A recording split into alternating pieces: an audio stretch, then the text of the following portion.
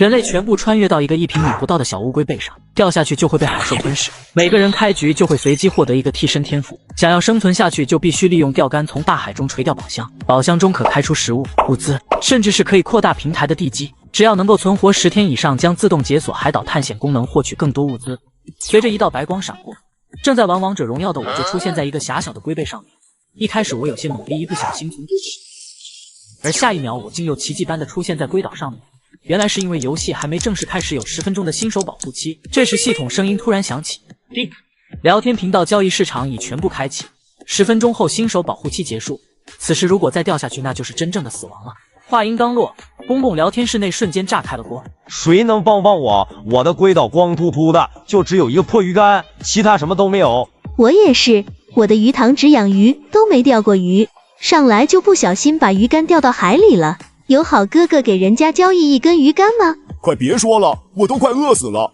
进来3小时又渴又饿，我把龟头上的树叶摘下来吃掉了。谁有喝的，我愿意用我的鱼竿交换。为什么我练习时长2年半的生存技能一点都用不上呢？兄弟姐妹们，努力活着吧，在龟岛上死了可就是真的死了。正如聊天室里所说的，这不是游戏，一切都是真实的，而且死亡率高达80%以上。全球64亿人有14亿能存活就已经不错了。见公共聊天室几乎都是叫苦连天的消息，我直接开启静音模式，从系统中拿出钓竿准备进行垂钓。这时不远处飘来一个木箱，这应该就是人们口中的物资箱了。我连忙扔下钓钩进行垂钓，足足过去了半个多小时才将物资箱钓了上来。我连忙打开了物资箱，500毫升矿泉水2瓶，压缩饼干2块，1级泡面康帅傅1桶，随机天赋1张。随机天赋打开可获得 F 到3S 级不等的天赋，天赋等级越高技能越强。由于没有热水泡面，我喝了半瓶水，吃了1块压缩饼干，感觉体能上来之后，我好奇的打开了技能天赋。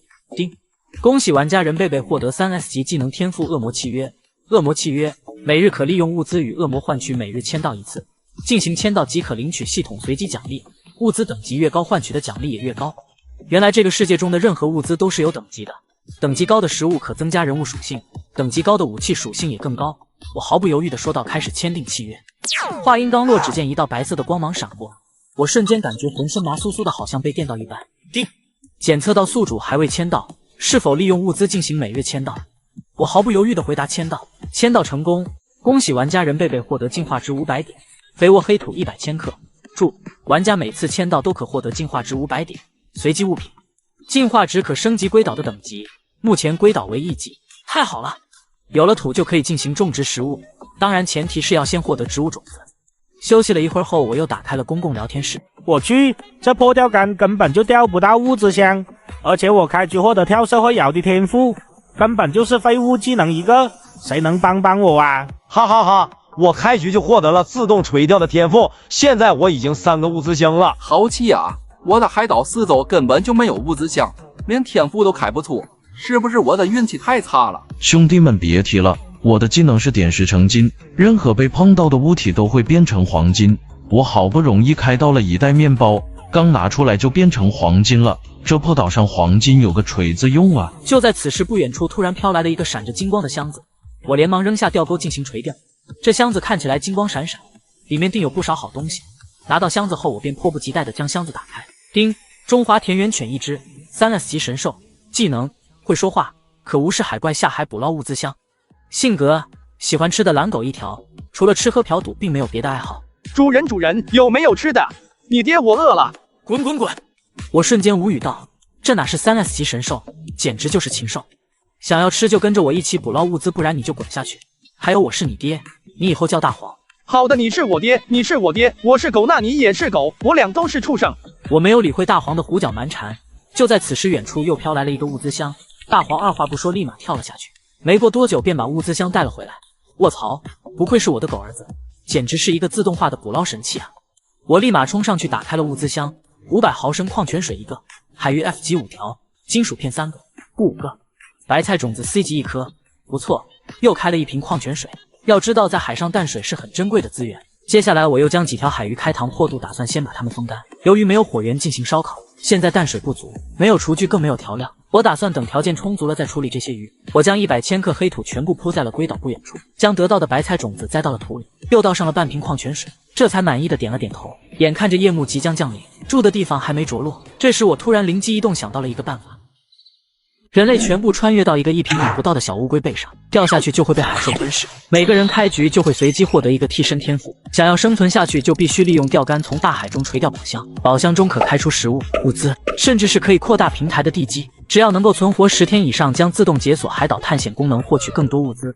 这是我穿越来的第一个初夜，夜晚的海面波涛汹涌，温度也急剧下降的厉害。我看了看脚下的物资箱大小，正好能够装下1人，于是连忙钻进物资箱中睡了一夜。清晨天还蒙蒙亮，系统的声音再次响起：丁，是否启动恶魔契约技能进行签到？我毫不犹豫地点了签到，同时用1条海鱼进行交换。恭喜玩家任贝贝获得多功能工具箱1套。我连忙打开工具箱进行查看，里面斧子、锯子、锤头一应俱全。我正想着存放工具，就在我把斧子放到物资箱的一瞬间，原本的物资箱立刻变成了一堆木板以及10几根钉子。获得木板10个，钉子20个，有点意思。看来只需要用斧头象征性的意思一下就能得到现成的木板跟钉子。说罢我便如法炮制，又得到了10块木板跟20根钉子。这些东西貌似可以搭建一间小型木屋了。我连忙查阅了一下生存手册，发现建造简易木屋需要木屋建造图纸1张，木板60个，钉子140个，金属片10个，其他材料都好说。可是这木屋图纸从哪里搞到？就在我愣神之际，大黄又叼来了一个物资箱，真不愧是3S 级禽兽。说谁是禽兽呢？你这个禽兽不如的老六，开局从第1集到现在，你掉过几次物资？我尴尬的笑了笑，连忙打开物资箱，获得金属片5个，面包1个，鸡屎5块，海水净化器制造图1个，海水净化器制造图需要布片10片，金属片5个。注：海水净化器每小时可将100毫升海水净化成60毫升淡水，最大承载量2000毫升，可升级，牛逼啊！有了这东西，自己岂不是就不缺淡水了？现在金属片够了，布片还差5个，就看我俩今天能不能再捞几个物资箱，或许运气爆棚就能开出布片。我又打开了公共聊天室，想看看有没有交易布片。各位网络皇帝们，谁能施舍我点吃的？我是思聪，等我回去后，家产分你1半。大兄弟，你这个饼画的比徐某一还大，太噎了，我吃不下。我捞了个物资箱，是什么长枪制造图？我要这有何用？奶奶个腿儿！我是坐拥1000万粉丝的网红乔碧罗，只要给我点水喝，我就跟哥哥一起看看夜光手表。夜光手表有什么好看的？我家猫会后空翻，哥哥要来看看吗？我没有猫，但是没猫比有猫爽，哥哥们懂吧？正当我想点进去看看没有猫的美女时，突然龟背开始剧烈晃动。我低头一瞧，只见海中有一个大一些的阴影正在攻击海面。系统面板则出现了一条讯息：虎头鲨鱼，地级生物，一口就把你吃掉。我的妈呀，怎么会有鲨鱼？我有些难以置信道。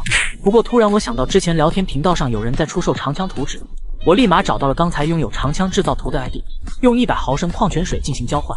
对方也毫不犹豫，立马点击了交换。我用1个木板2个金属片制作成了一根2米长的长枪，冲着虎头鲨脑袋就是一阵乱捅。在虎头鲨即将被我一击毙命，即将逃跑之际，勇猛的大黄立刻冲下去，给了鲨鱼致命的一击。丁，恭喜宿主全服第1次击杀地级海洋生物，奖励宿主幸运小礼包，是否开启？我二话不说，立马选择了开启。开启成功，恭喜宿主获得肥沃黑土100千克 ，A 级苹果树种1棵，木屋制造图1，点火器1，可用1000次，击杀虎头鲨，获得鲨鱼肉10千克，鱼翅1个。真是瞌睡来了送枕头，不但得到了木屋制造图，还得到了点火器，这是不是意味着自己可以制作烤鱼了？反正这里有木材也有海鱼，因为是海鱼，所以自带咸味，就算没有调料也可以接受。由于平台面积太小，我先用刚得到的5块基石扩大了一下平台的面积，又搭了一个柴堆，用点火器将木板点燃，蹲在地上开始烤制了起来。不一会，海岛上就飘荡起了淡淡的烤鱼香味。老六，什么东西这么香？快给我尝尝！我跟大黄一人吃了1条烤鱼，鲨鱼肉太难吃，我直接吃吐了。接着又喝了1瓶矿泉水，吃饱喝足后打开仓库清点物资，物资箱开出的3瓶矿泉水目前只剩下了1瓶，制造海水净化器已经刻不容缓。我立马将剩下的鲨鱼肉每份100克分成了10份，分别在交易中心上架。很快公共聊天室便消息满天飞了。我操，居然有位大佬上架烤鱼，还是撒鱼油，他是怎么做到的？我们特么还在为国父发愁，人家已经吃上烤鲨鱼了。人比人气死人啊！我只有3块木板，烤鲨鱼恐怕是换不成了。火是怎么来的？钻木取火吗？可是也没木茸或者是锯末啊，求解。难道是某个大家族子弟有办法将火种带进来不成？用珍贵食物换取没用的木板？不骗，是故意向我们表现优越感吗？不说了，我有10片木板，我要赶紧去交易了。有水多的妹妹也可以跟我交易，我比较缺。很快我上架的几组鲨鱼肉就交易完了，同时又出现了很多私聊。人类全部穿越到一个1平米不到的小乌龟背上，掉下去就会被海兽吞噬。每个人开局就会随机获得一个替身天赋，想要生存下去就必须利用钓竿从大海中垂钓宝箱，宝箱中可开出食物、物资，甚至是可以扩大平台的地基。只要能够存活10天以上，将自动解锁海岛探险功能，获取更多物资。你好，我有一张金属器皿制造图，可以换你100克烤鱼吗？我不禁一愣，柳如烟，貌似学校里排名仅次于自己一直位居第2的校花就叫柳如烟，就连头像都是一样的。这女孩一个人求生，不但没直接要东西，还要用珍贵的制造图来换。一时间我对她的印象有了好感。当下2人立马进行了交易，我也开始对金属器皿制造图研究了起来。金属器皿制造图，稀有品，可使用3次，按照使用者需求制造出各种不同的金属器皿。我去，这金属器皿制造图可比100克鲨鱼肉要值钱啊！我立马做了一个口径50厘米的大锅，一个可容纳10升水的不锈钢保温桶。大锅口径50厘米，所需材料锅具制造图，金属片30个。不锈钢保温桶10升，所需材料保温桶制造图，金属片20个，布片5个。自己现在手里有6个金属片，15个布片，暂时只能制作海水净化器。我立马拿出制作图纸，先制作了海水净化器，然后拿着水桶盛了2000毫升海水倒进海水净化器中，再烤了100克鲨鱼肉来交易金属片。公共聊天室里再一次沸腾了。我的天哪，这还是刚刚那位大佬吗？又上架鲨鱼肉了，兄弟们，我先抢了。大佬，可以给我一点鲨鱼肉不？我是刚刚那个没有猫的美女。大佬有水吗？我没有金属片，能用淀粉肠跟你交换100毫升矿泉水吗？哥哥，我水多了，你拿淀粉肠跟我换吧，我最喜欢吃大香肠了。此时柳如烟又私聊发来了消息。你好，我又钓到了一份图纸，能换你50毫升淡水吗？我真的太渴了。我一看是一张单人床图纸，需要木材20个，布5个，金属片10个，没有多想立马答应了他的请求。毕竟一个女孩子在末日孤岛上生活很不容易，再说也确实需要一张床改善生活质量。紧接着柳如烟又发消息问道，我看你名字有些面熟，而且每次都果断答应我们是不是认识？我并不想过早的暴露自己的身份，毕竟末日还是要谨慎为妙，只是我恰好需要罢了，你别多想。哎，小哥哥不瞒你说，我开局获得了疯狂设计师的天赋，开物资箱只能获得图纸，如果可以的话，我愿意一直用我的图纸来跟你交换物资。我愣了一下，还有这种好事？这个天赋简直是金手指般的外挂存在，如果日后能见到的话，一定要将它拉入自己的团队。我又用刚收的基石扩大了一下岛屿的面积，很快龟岛的面积来到了50平。这时岛屿也发生了一些变化，衍生出来了一些石头跟树丛。我连忙查阅了一下生存手册，原来随着岛屿的不断扩大，岛上也会衍生出生态系统，岛屿面积越大，生态系统越丰富，甚至可以演化出动物。也就是说，如果以后我将小岛上挖一个水渠，日后也会演化为小溪、河流，不仅淡水不用愁了，同时里面还能演化出可供食用的淡水生物。这样说来，基石才是至关重要的存在，估计很多人还不知道这个事情。我将木屋制作出来放在岛上，进去后将净水器、火堆都搬了进来。这时屋外传来了一阵凄厉的呼喊声，我拿着长枪跟大黄来到岛屿边缘处查探，只见不远处飘来了一个物资箱，上面坐着一个女人。你是夏淑兰？顾凡，啊呸，任贝贝你怎么在这里？我二话没说，将夏淑兰连着物资箱一起拉了上来。你为什么会在海上？夏淑兰是我在班上一直暗恋的女孩，两人也一同参加过方块求生，没想到她也被传送到了这里。我在龟岛上碰到了一个能驾驶龟岛的男人，他上了我的岛后想要霸占我，我趁着天黑跳到了物资箱上，飘到了这里。什么？能驾驶龟岛的人？那这个世界危险性将大大提升，看来不仅仅是基石，武器防御方面也要做好充足的准备。眼看天色已晚，我将唯一的泡面用热水烧开后递给夏淑兰，自己跟大黄则吃了一条烤鱼。吃饱喝足后，我用木头根部又做出了一张单人床，对着夏淑兰说道，只有一张床，你要么选择睡地上，要么跟我一起睡，我尊重你的选择。夏淑兰无奈答应了第二个方案，与其睡在冰冷的地板上，不如躺在一个温暖健壮男人的怀里。大黄也不解风情地跳了上来，小姐姐，我也要跟你睡觉觉，人家还是一只未成年的小狗狗。我二话没说，一脚将不要比脸的大黄蹬了下去。美好的一夜过后，一大清早屋外传来了阵阵狗叫声，原来是大黄又捕捞到了2个物资箱。我同时打开了2个箱子，获得3木板3个，白菜幼苗1个，康帅夫方便面2桶，金属片2个，布片2片，钉子10个，农夫3全1品。我立马将白菜秧种在了第一颗白菜秧旁边。经过1天时间，那颗白菜秧已经长大了不少，看来自己很快就能吃上新鲜的大白菜了。我又看了看交易面板，上架的鲨鱼肉已经全部交易成功。目前大部分人依旧是用东西交换水跟食物。不过这时我却发现有个叫木恒的 ID 连续发了好几个交易，压力级1个换木板10个，布片20个换木板10个，桃树种子1个换钉子20。这小子莫不是得到什么牛逼的制造图了，连植物种子跟水果都舍得拿出来交易。我想了想，用10个木板交换了压力1级，反正自己木板比较多，但是水果却十分稀缺。交易成功后，我立马吃下了压力，只感觉一股暖流起来，顿时浑身充满了力量，而且还获得了2颗种子。我立马将2颗梨树种子种了下去，又倒上了半瓶矿泉水。就在这时，系统签到的声音突然响起。人类全部穿越到一个1平米不到的小乌龟背上，掉下去就会被海兽吞噬。每个人开局就会随机获得一个替身天赋，想要生存下去就必须利用钓竿从大海中垂钓宝箱，宝箱中可开出食物、物资，甚至是可以扩大平台的地基。只要能够存活10天以上，将自动解锁海岛探险功能，获取更多物资。这是我归岛求生的第4天，此时我已经拥有了一个小屋，还救下了昔日盟友夏淑兰。就在2人打理小菜园时，系统签到的声音再次响起。我想了想，拿出地级鱼翅交易了签到资格。叮！恭喜玩家任贝贝获得 S 级长剑1把，可增加200点攻击力，获得进化值500点。我眼中闪过一丝惊喜，居然是 S 级武器，自己的长枪也才10点攻击，也就是说，如果再遇到虎头鲨的袭击，不出3下是简直是逆天呐！紧接着我又跟夏淑兰垂钓了一回物资，就在这时，不远处飘来的几朵乌云，夏淑兰不禁倒吸了一口凉气。任贝贝，这天怕是要下雨了吧？而此刻聊天室里也再度热闹起来。我天，这边刮起了海风，而且还云密布，好吓人！怎么办？该不会要下雨吧？别提了，刚刚我这里还晴空万里的，这会已经开始下雨了，冷死人家了。马上就要天黑了，又冷又饿，我都不知道能不能撑得下这一晚。千万不能感冒啊，不然会死得很惨。希望我还能见到明天的太阳，我好想喝口热水啊，哪怕是一小口。还是老老实实喝雨水吧，总比渴死强。随着屋外一道闪电划过，屋外下起了大雨。我两将中午钓到的5个物资箱全部打开，获得鸡翅30个，木头140个，食材230个，海鱼40条，金属片80个，随机天赋1张。注：随机天赋每人只能使用1次。我没有多想，直接将随机天赋递给夏淑兰，让她打开。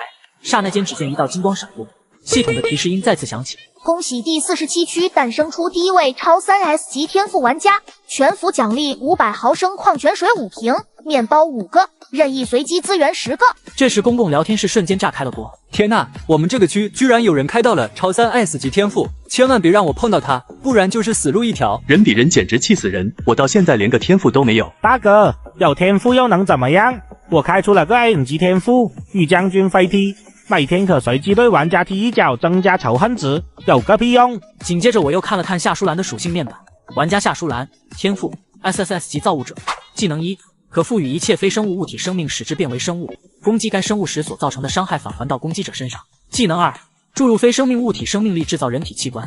技能3，可控制注入生命力的任何物体。我去，同样是3S 级天赋，夏淑兰的就有3个技能，这小妞的运气也太好了吧，直接开到全区第1的天赋，看来以后我要抱她的大腿了。这时柳如烟又发来了一条私信，我刚刚开出了一个图纸，不知道对你有没有用。我一看是海盐制造器，需要金属片20个，钉子120个，于是二话不说用1条烤鱼1瓶矿泉水跟他进行了交易。我连忙将海盐制造器制作了出来，按要求将里面灌满了海水，没过一会便得到了食盐1000克。我给柳如烟也送了一些过去，然后将刚捕捞的新鲜海鱼撒上盐烤制，顿时整个屋子中飘满了香味。此时不远处一个身材魁梧长相凶悍的男子正驾驶着龟岛朝着我们的方向袭来。这臭娘们居然趁我睡觉的功夫偷入了，还好我有自动追踪的技能，就算你跑到天涯海角也休想逃出我的掌心，哈哈哈哈哈！这时系统的警报声响起，警告警告，有不明生物登陆龟岛，请玩家立马前去查看。只见龟岛的西南方向有一个男人正四处张望着，我让夏淑兰躲在房间内，自己则跟着大黄趁着夜色偷偷摸了过去。不许动！你是怎么上来的？我拿着长剑架在男人的脖子上问道。好汉饶命！我只是来找我媳妇的，你看我都没有带任何武器。你媳妇怎么会在我的岛上？好汉有所不知，昨天晚上我跟媳妇吵架，她不小心掉到物资箱上飘走了。我的天赋是公路之王有自动追踪定位系统，我很确信我老婆就在这个岛上。叮！公路之王1级天赋，可操控龟岛前后左右快速移动，附带自动追踪技能。拥有者：玩家李二狗。你怎么会在这里？就是他，不仅入侵了我的岛屿，还想要霸占我。任贝贝，不要手下留情，直接赶了他！你个臭娘们，这里有你说话的份吗？快点跟老子回去，看我不扒了你的皮！听到这么不要逼脸的话，我瞬间爆发了，二话不说，直接一剑将李二狗的脑袋剁了下去，然后当皮球一脚踢到了海里。恭喜玩家任贝贝击败玩家李二狗，获得岛屿拥有权以及全部物资。岛屿已转化为初级进阶单1个，检测到龟岛可进行升级，需要进化值2000点。初级进阶单1个，是否进行升级？我毫不犹豫地点击了升级。此时小岛龟头处原本的小幼苗居然长大了一些。灵龟树幼苗阶段，成熟后可结出恶魔果实，吃下后可再次获得随机天赋。原来这个世界只有靠占领龟岛才能获得进阶单来升级岛屿，这样看来这个世界比想象中的还要残酷。我清点了一下李二狗的物资，有55个基石，300个木头，400个石头，200个金属片，10份泡面，5个面包，农夫3全4瓶，3个猪肉罐头，1份一次性玩具制造图。一次性玩具制造图需要木材1个，可制造出瓶子、杯子、盘子、玩具、包装袋任意一次性工具。太好了，有了这个制造图以后，净化出来的水就可以装到瓶子里来售卖了，再也不怕程序短缺的问题了。我又将目光盯到了猪肉罐头身上，考虑着来个白菜炒肉，因为有一颗白菜已经成熟。我收获了白菜，获得了10颗白菜种子，紧接着用基石扩大了平台，又将木屋附件开垦出了一小块菜园，将10颗白菜种子种下，将白菜、猪肉罐头一并倒进锅里，又倒上了收集好的2000毫升淡水跟1勺食盐，开始煮了起来。不过10几分钟，白菜便咕嘟咕嘟地散发出了香味。不得不说，从肥沃黑土里种植出的大白菜，只是闻一下就感觉味道鲜美，配合着猪肉的香气，简直美味到没朋友。20分钟后，夏淑兰急不可耐地舀了一勺汤喝了一口，只见她瞬间晕倒了过去，好久都没有动静，难不成这汤里有毒？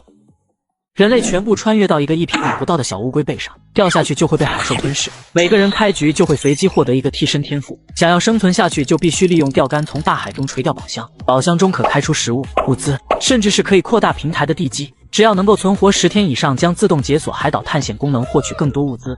这是我归岛求生的第5天，夏淑兰喝了我做的白菜猪肉汤，被好吃的晕倒了过去，许久才缓缓醒来。太好喝了！世界上怎么会有如此美味的东西？我查了一下生存手册，原来有属性的食物会更加美味，等级越高的蔬菜里面的鸟氨酸含量就越高，也就是说高等级的食物不仅能额外增加属性，还更好吃。这样说来，高等级的种子也至关重要，尤其是小麦、玉米、土豆等粮食作物，谁能掌控粮食，相当于掌控了大半个世界。这时大黄却冲着我叫了起来：你这个老六，干活的时候没少我，吃东西的时候不带我，让小小的老子受尽了委屈，还不快给你狗大爷上一碗肉汤！我神色一动，立马盛了一碗给大黄了，顺便给柳如烟也寄了一份。不行，我怎么能收你这么贵重的东西呢？废什么话，给你吃你就吃。我强势的话语让柳如烟愣了一下，随后便红着脸收了下来。那谢谢你了。吃完继续干活吧，多捞几个制造图纸。任贝贝真是对我太好了，我以后一定要好好报答她，当她的女人。我咕咚咕咚喝完汤后，只觉得身体浑身燥热。这一集白菜猪肉汤后劲好大呀，我感觉体内有股洪荒之力无处发泄，怎么感觉跟吃了10全大补汤一样？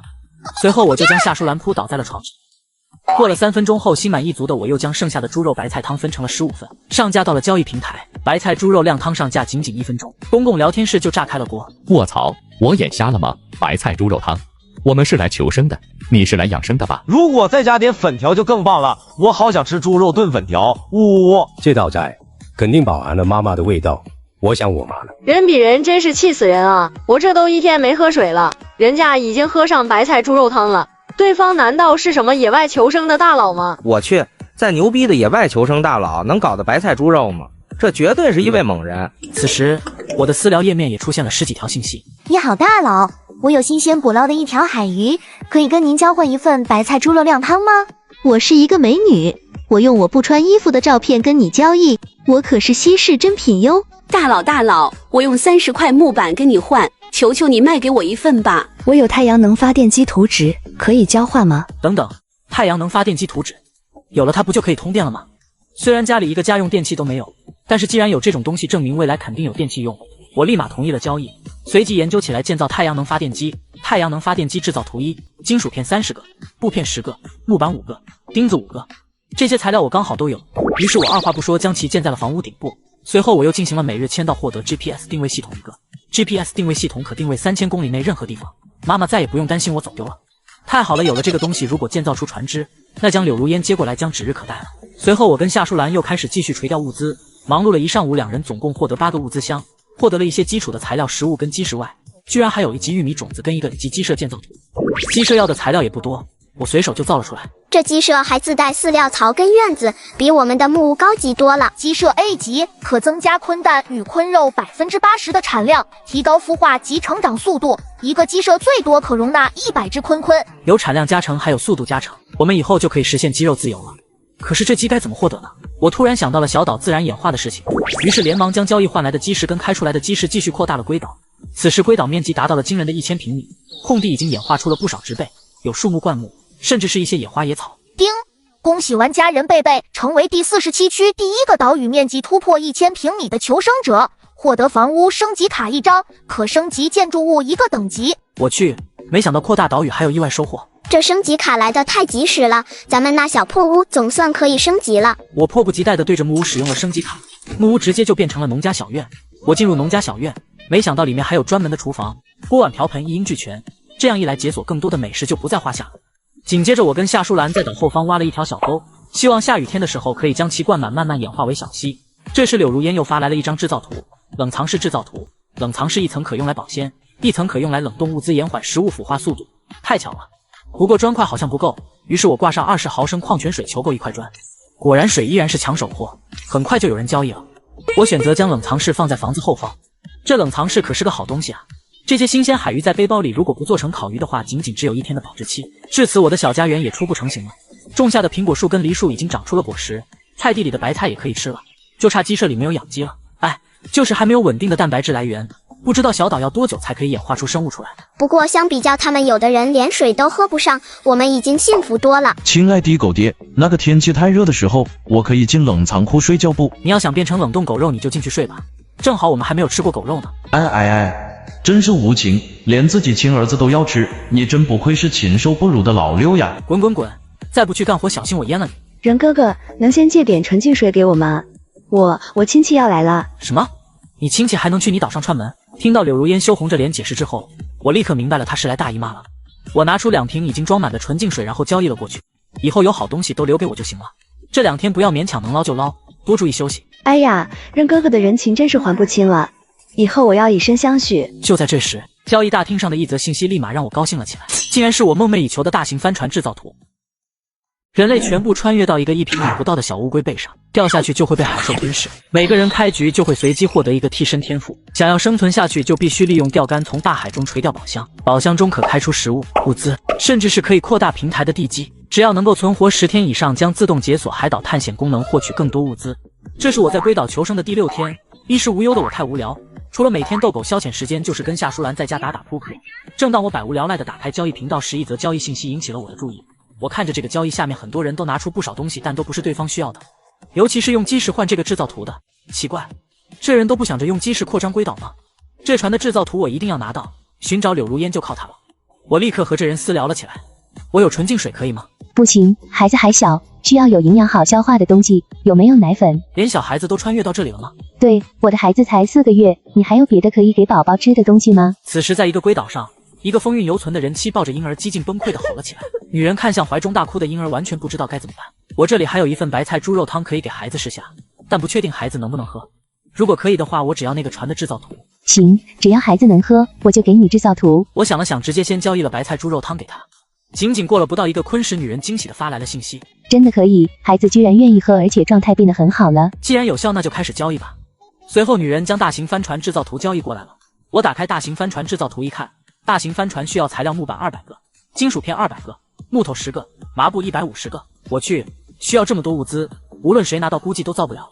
就在我吐槽的时候，不远处龟岛上的一个人在大发雷霆：妈了，我拿出30块基石都不跟我交易，是不是有病啊？大哥消消气，毕竟东西在别人手上，他不想卖我们也没有办法。你真是个花瓶，一天天捞不到几个物资箱，吃了比猪还多。要是我们再多出点基石，估计人家都肯换了。哎呀，大哥别打了，快看前面好像有个岛。我去，这么大一个岛，不知道有没有妹子？作为海贼王了，我必须要个3妻4妾才正常嘛。2人名为李大牛与王翠花，只因为开局两人因为岛的距离太近，王大牛强行将王翠花连人带岛一起拿下。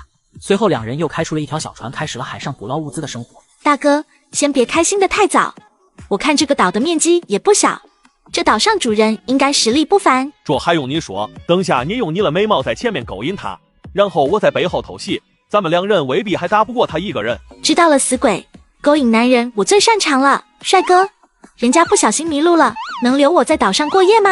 呵呵，早就看到你们两人偷偷跑上来了，居然还用这种下三滥的招数来阴我，你赶快滚，这里不欢迎你。怎么了，小哥哥？难道你不空虚寂寞冷吗？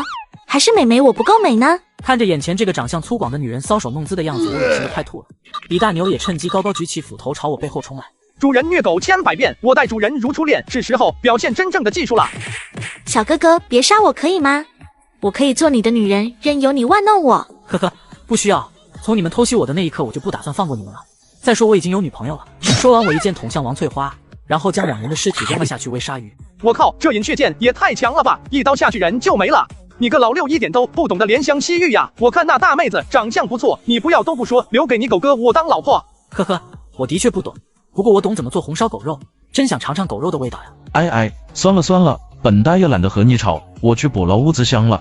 说不定哪天一个小母狗就随着物资箱飘来了。我刚要走上李大牛的小木船，系统的声音再次响起。叮！玩家任贝贝击杀玩家李大牛跟王翠花，获得2颗进阶单跟原主人所有物资。我看了看他们竟然有80块基石，便随手就用来扩张了岛屿。要是再多来几个送快递的就好了，这可比两人垂钓快多了。我打开中型帆船制造图，材料已经够了，于是将大型帆船也制造了出来。随后我跟夏树兰开着大型帆船绕着岛屿转了2圈。贝贝哥，有了这船以后，我们打捞物资就更方便了，大黄也能更轻松一些了。还是小姐姐知道体谅我，不像这个坏男人只会压榨我。你再说一遍，信不信我把你丢到海里去？哎，算了，不打扰你们的2人世界了，我去睡午觉了，梦里啥都有。很快天色渐渐暗了下来，我抱着夏树兰睡在18平米的大床上，此时的我正在做梦，柳如烟竟然在偷偷吻我，我感觉脸上湿哒哒的。醒来后发现大黄在舔我脸，你个臭狗，你想干什么？你这个坏男人，昨天你们2个偷吃不喊我舔点嘴上的渣子怎么了？贝贝，自从我们来到龟岛上都没洗过澡，这味道着实是有点难闻呐，熏得连我自己都受不了了。你个老六，你身上这味道闻着真上头，要不你下海洗洗，情况不对你就赶快上来。我看这办法行，要不你先下去探路，我比较怕鲨鱼。哎，其实你这味道也还好，你要是洗了我就不习惯了。不说了，我的午休时间到了。签到成功，获得自来水系统制造图1份。天刚蒙蒙亮，系统的声音再次响起。我丢，有了这个自来水处理系统，不就可以洗澡了？真是瞌睡来了送枕头，想要什么有什么。通过生存手册，我了解到自来水系统制造图需要塑料200个，金属片100个，麻布80个，又是一个需要3位数物资的一个大工程啊！我正要打开交易系统进行交易，这时一条私信突然引起了我的注意。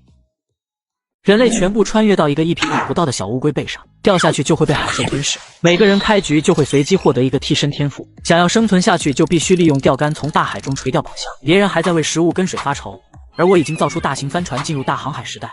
就在我正准备交易物资的时候，一条私聊信息则引起了我的注意。你好，我是双龙会的会长风龙，看到你在交易商城天天卖食物跟水，应该也是蛮有实力的。我诚心邀请您加入我们双龙会。如果你加入我们双龙会，并且每日上缴30%的物资，我可以特例让你当我们双龙会的3把手。其实这段时间公共频道上经常会刷出双龙会招人的信息，我都没怎么在意，没想到这个风龙会长会亲自来找我。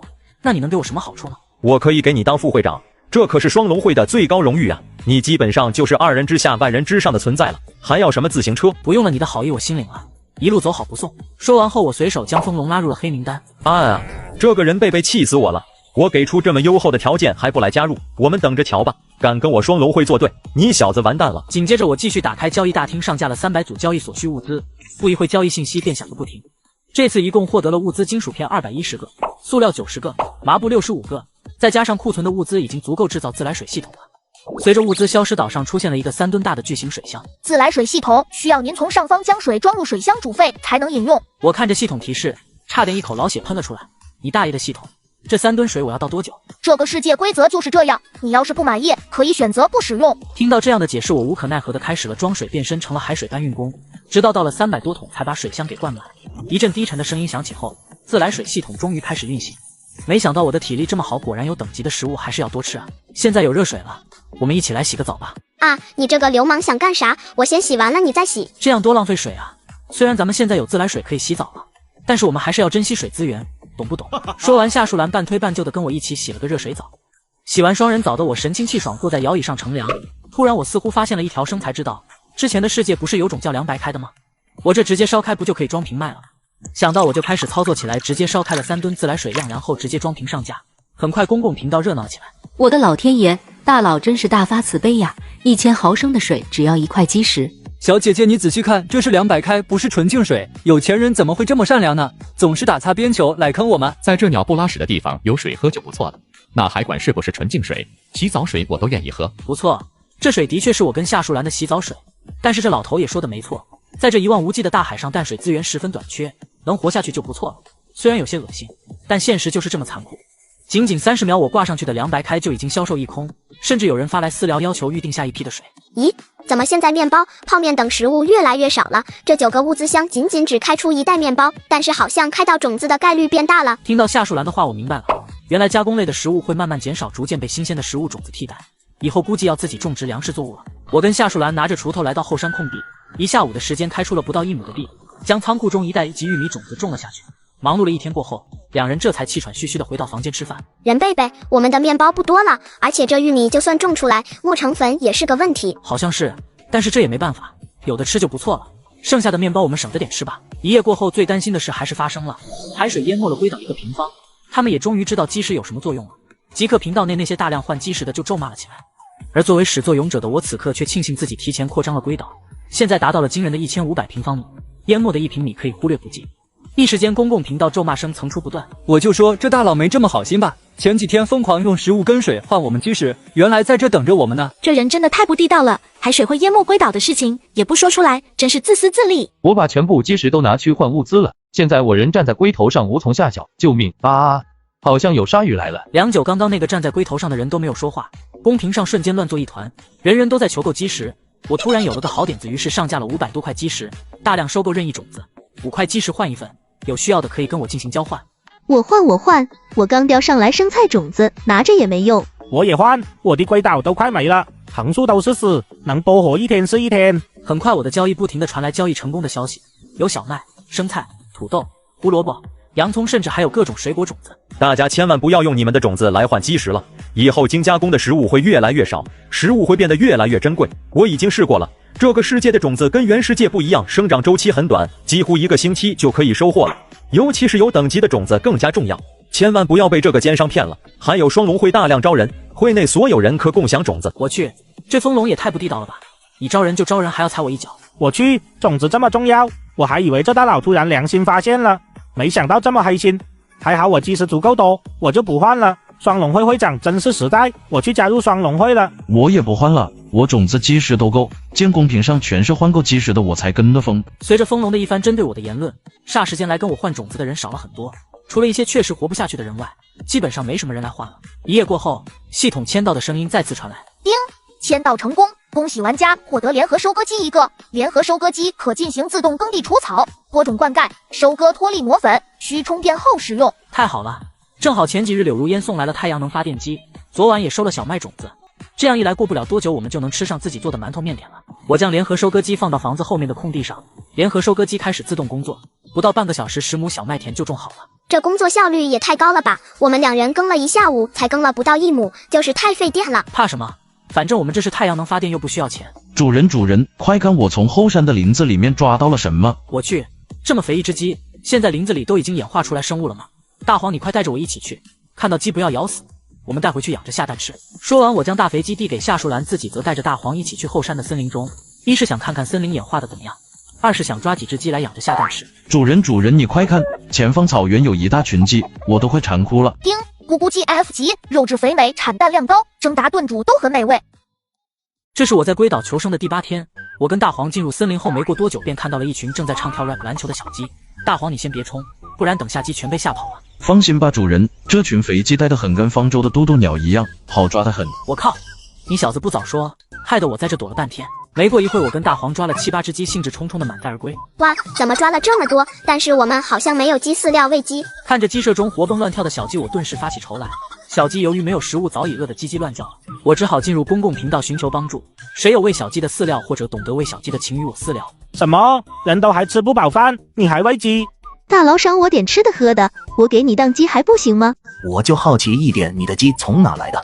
我记得物资箱好像开不出活物啊。我也纳闷了，开了这么久的箱子，连鸡屁股都没开到过，更别提活鸡了。公共区虽然讨论的热闹，但是没有一个解决问题的人。私人频道也不断的弹出信息，但是大多都是一群不给3连想白嫖的。实在不行，我直接喂白菜叶吧。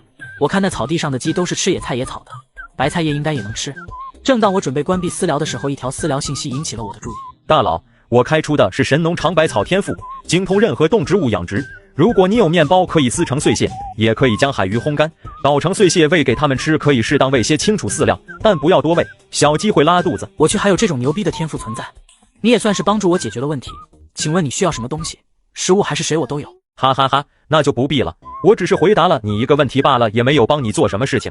拿你这么珍贵的东西，怪不好意思的。这样你当我的养殖顾问，我一天给你1000毫升凉白开跟2条烤鱼，你看怎么样？给这么多，这样会不会太拖累你了？放心吧，我敢开出条件，自然是能承受的。好的，大佬，我叫李慕恒。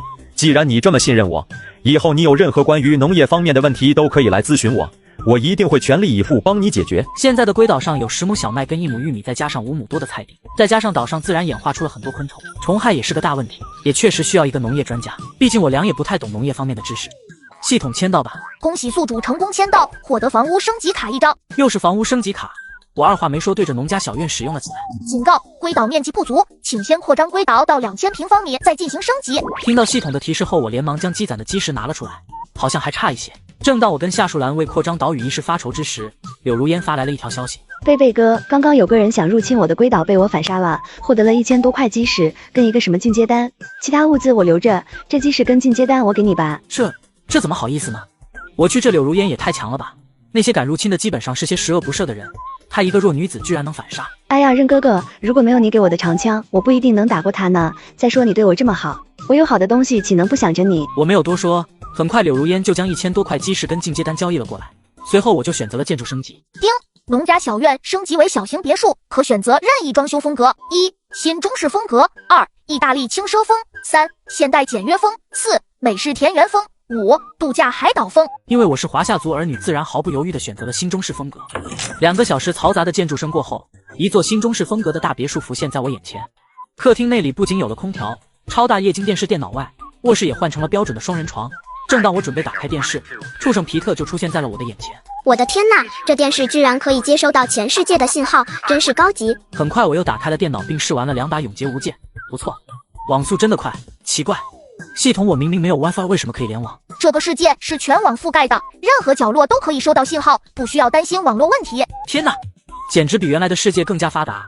但是唯一不爽的就是匹配到的玩家都是人机，可能以后大家都有了电脑才能组队匹配到真人玩家吧。看来这世界还是想让我们互相帮助，共同发展生存下去的。但是龟岛升级要的进阶单却要掠夺其他玩家的岛屿，真是自相矛盾啊。任贝贝，这是我用微波炉做的烤鸡，味道真的香，可惜除了盐以外还没有任何调味品。看来香料种子也很重要，可目前世界上就连辣椒种子都没见过。主人，我快饿死了，说好的给我一个大鸡腿呢，这鸡还是我抓的。大黄，你没有听过七里香这个东西？这可是鸡身上最好吃的部位，鸡腿都没有这个好吃。快给我，最好吃的东西当然要留给功劳最大的人。于是我二话不说将鸡屁股丢给了大黄，紧接着我将剩余的鸡肉给慕恒、柳如烟还有那位带着孩子的少妇每人分了一份送去。这是烤鸡，我怎么能收你这么贵重的东西？你把鸡烤了还怎么样？放心，我还有7、8只鸡呢。再说这只是公鸡。那就好，非常感谢你。对了，我这里刚刚捞到了一些种子，我的岛屿面积也不大，都留给你种吧。我一看居然是A级的辣椒种子、B级的花椒种子，还有大量没等级的各种蔬菜种子，这我真的可以收吗？我这个技能只能开出种子，没认识你之前都是靠卖种子为生，能够勉强活下去。如果不是你送来的烤鱼跟白开水，说不定我早就要凉了，你就收下吧。谢谢慕恒兄弟，我刚造出大型帆船，倘若一旦知道你们的位置，我马上接你们过来。在此期间，你们如果缺什么东西，尽管跟我提就是了。警告！岛屿西南方向有不明物体入侵。闪电大爷，求求你放过我吧，我给你当牛做马都可以。放过你那是不可能的，不过可以让你暂时不死。毕竟你老公的碎片我还没用完呢。老大，这次这个岛可真是阔气呢，上面还盖着大别墅。呵呵，死肥猪，你有没有听过一句话？邻居囤粮，我囤枪，邻居就是我粮仓。现在他们的别墅体验卡到期了。天哪，好大的爆炸声！这次来的人可不简单。小兰，你在家别出来，我跟大黄先去看看什么情况。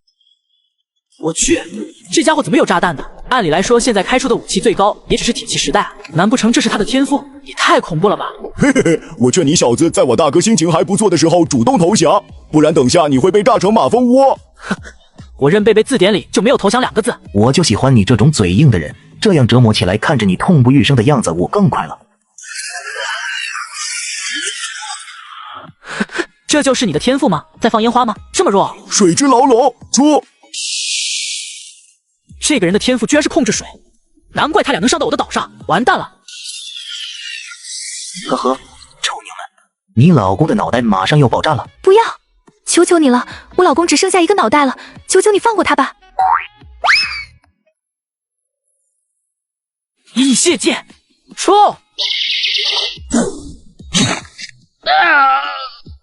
大哥，我好痛呀，我好冷，我好像要死了！该死的小杂种，你竟敢伤害我弟弟，你找死！主人别慌，看我的！大黄干得不错，等下再赏你个七里香吃。任贝贝，你没事吧？小兰，你怎么出来了？小问题，这2人我已经解决了。呵呵，陪我弟弟下葬吧，你们2个狗男女！不要啊，我不想变成炸弹。小兰，小心！任贝贝，不要啊！我不要你死！呵呵，没有人能从我的炸弹狂魔手中活下来的，你也一样。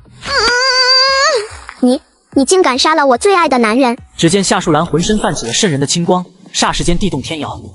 你这个畜生，我要嘎了你！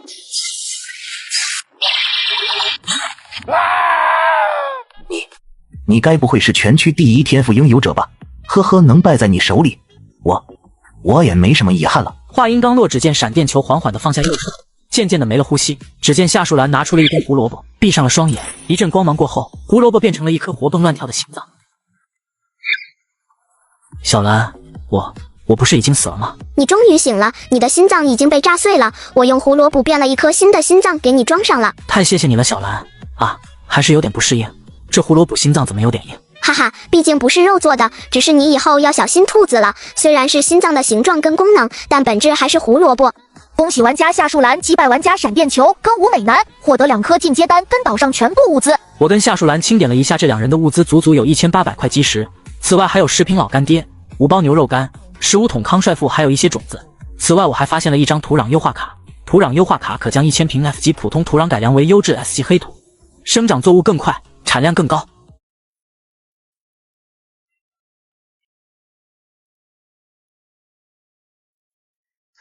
哥哥，你快醒醒！哥哥，你怎么了？他已经没救了。幸好你的能力是控制任意液体，阴血剑割穿了你的7窍8脉，夺取了你的生命。但是你的能力可以控制血液，再加上我给予你的真气，你这才又一次复活了。只不过你现在跟活死人没什么区别了。你是谁？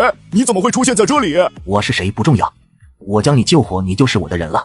为我效力。呵呵，从小到大，除了我哥的话，我不会听任何人的命令。老头，你死心吧。这可由不得你。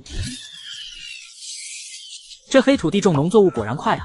刚刚还是种子，现在已经长成小苗了。贝贝哥，你的伤势还未完全恢复，以后这种工作我来做就好了。是呀，主人，虽然你平常又懒又馋又好色，但是现在你的状态不佳，本王就暂且跟小姐姐一起做你的工作，你就在家安心养伤吧。大黄跟夏树兰下地的期间，躺在席梦思床上百无聊赖的我再次打开了聊天频道。欢迎各位加入双龙会，本会所有物资的价格均是市场的1半。我去，又是这个疯龙在疯狂招人。哥哥，我能加入吗？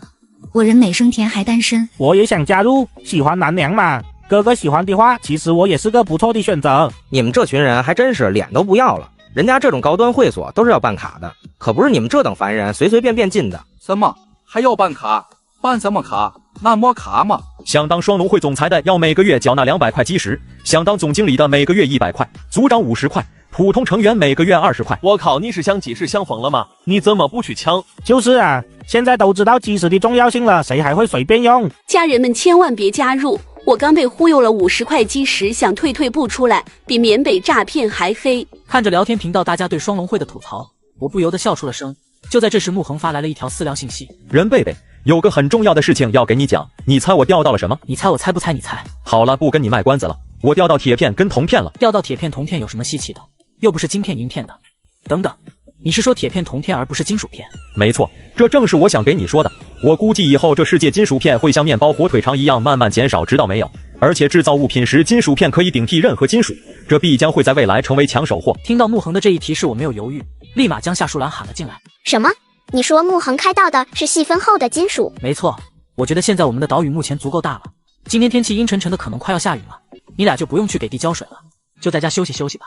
正好大黄又从林子里抓了一只大肥鸡，我炼个鸡油，咱们做一顿鸡油火锅。其他的菜我去地里看看还有啥。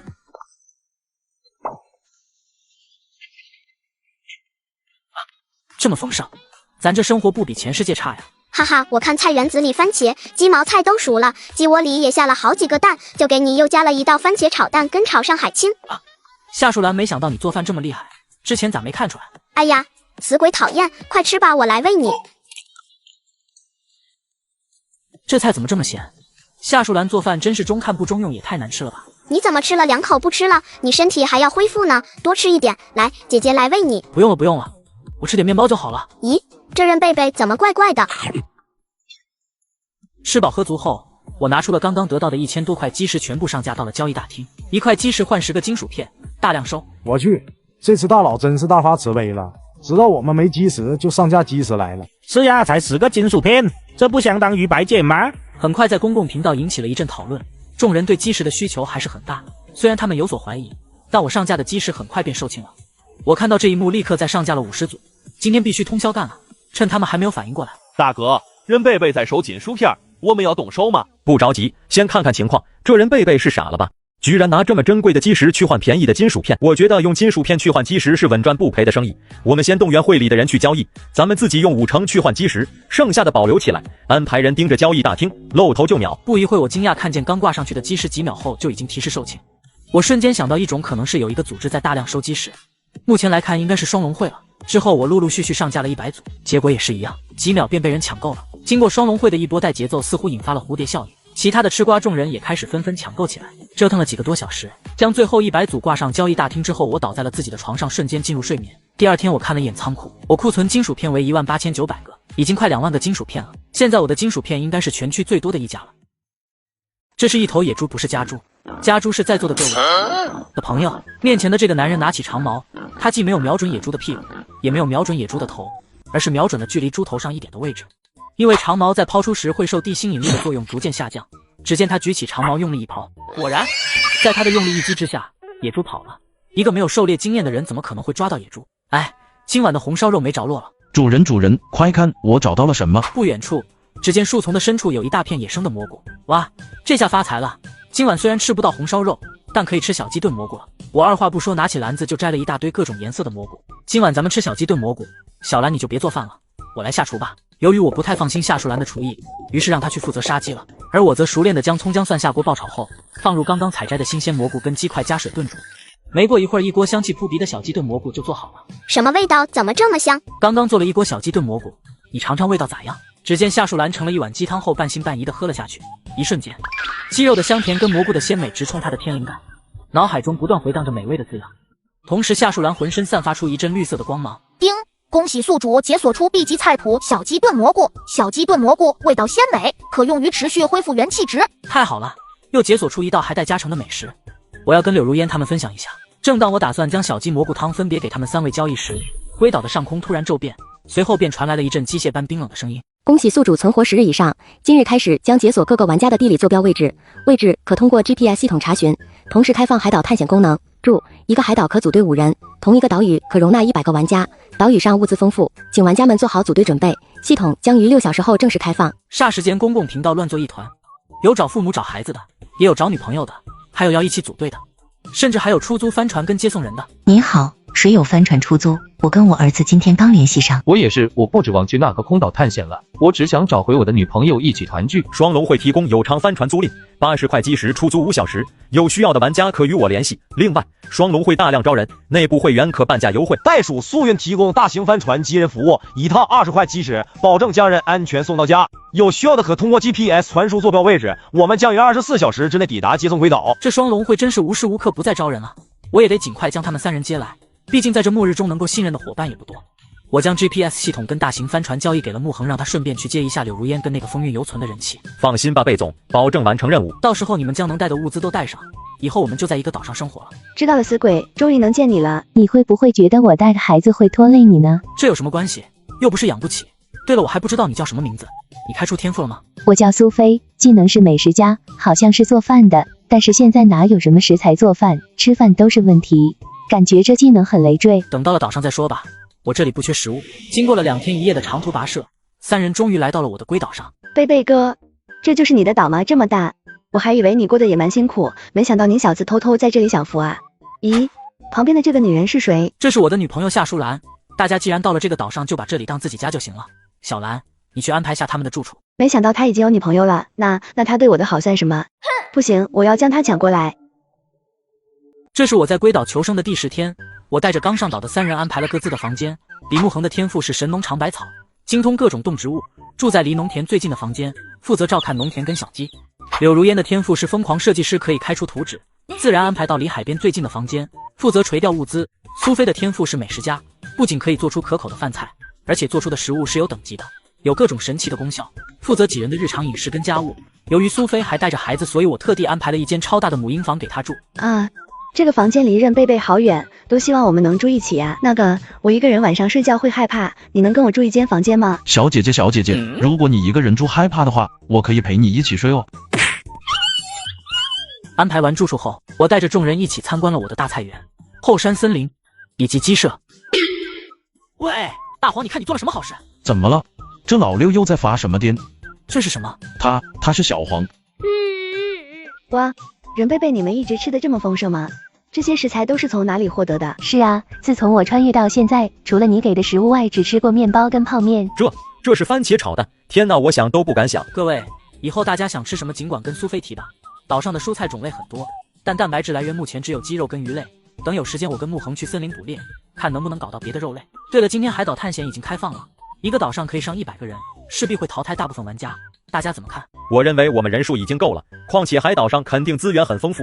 再说我们也可以通过这个活动更加了解这个世界。100个人应该有20组，相当我们有19组竞争对手，是敌是友都不清楚。我建议不要盲目参加，危机必然伴随着机遇，只要做好万全准备，以我们几人的实力不成问题。是呀，如果我们不参加，反而别的势力参加了，获得更多的资源，反而会对我们造成威胁。参考了众人的意见后，我考虑了一下，决定参与这次活动。正如苏菲所说的，如果不参加争取岛上的资源，反而拱手让给别的势力，势必会越来越拉开差距。毕竟这就是个弱肉强食的社会。叮！恭喜玩家任贝贝进行系统签到，获得 S 级神装隐形斗篷一件。隐形斗篷穿上后，再也不用担心别人偷看我洗澡了，非常实用，可用来探测敌情。太好了，简直是天助我也！看来系统也站在我们这边。有了这件隐形斗篷，不仅可以提前预知来自周边的威胁，甚至还可以无伤偷取物资。我用长枪制造图分别给几人做了一把长枪后，将大黄留在岛上照顾婴儿。随后一行5人就被传送到了一个满是椰树的海岛上。海岛看起来跟原世界的无人小岛很像，地上有很多螃蟹爬来爬去，丛林中也时不时传来鸟叫的声音。恭喜玩家任贝贝、夏淑兰、柳如烟、李沐恒、苏菲进入 F 级岛屿碧水之岛。岛屿面积约2万平方米，岛上最高生物为 F 级。岛上资源分布如下：木材丰富，矿产稀缺，食材丰富，危险程度1颗星。注：每个岛屿都有一个隐藏宝箱，宝箱资源一旦被领取后，岛屿会在2小时内毁灭，请尽快离岛，否则将掉入大海，视为死亡。祝大家登岛愉快！天哪，还有隐藏宝箱，看来我们的计划要稍微变一变了。先找到隐藏宝箱再说。可是，一旦打开宝箱后，2小时内岛屿会不复存在，这时间也不够寻找物资呢。系统，我可不可以找到宝箱拿走，但是不打开，还会触发岛屿倒计时吗？宝箱资源只要不被取出，便不会有倒计时。另外，拿到宝箱后会受到全岛通缉，暴露自身位置，请保护好自身安全。我有个计划，倘若找到宝箱后，一个人披着隐形衣躲到一个大家都找不到的地方，这样就算坐标在地图上显示，也没有人会找到。我觉得这主意不错，可以在不伤害其他玩家的前提下拿到物资。如果有必要，也不是不杀不可。众人听到我的话后，顿时愣在了原地，当然夏淑兰除外。随着我们进入危机四伏的村落，新的海岛探险正式拉开了帷幕。既然你诚心诚意的发问了，那我就大发慈悲的告诉你，为了防止世界被破坏，为了守护世界的和平，贯彻爱与真实的邪恶，可爱又迷人的反派角色，王大牛、李二狗、赵三郎、张四蛋、小泽玛利亚，我们是穿梭在宇宙中的美少女5人组。大姐，你快看，前面上了5个人影，我们跟在他们屁股后面，等他们找到宝箱后，我们再抢过来吧。这5个人都是人妖，前世是一起在泰国工作的好姐妹，穿越后5人又机缘巧合的碰到了一起。王大牛开启他的透视眼一看，只见这支队伍中一人散发着闪耀的金光。不好，里面有个3S 级玩家，如果我们要硬碰硬打，应该是打不过了。不过可以试试玩阴的。等等，这个女人身上的气息，我居然看不到，难道是超越3S 级般的存在吗？姐妹们，算我们倒霉，我们应该是跟全区第1的玩家匹配到一起了，咱们采集些资源就撤吧。话分两头，正当我们5人朝着森林深处前行时，不远处传来了一声凄厉的惨叫声。小兄弟，我一大把年纪了，这姑娘还小，不然让我一个人去吧。闭嘴，老太婆，这有你说话的份吗？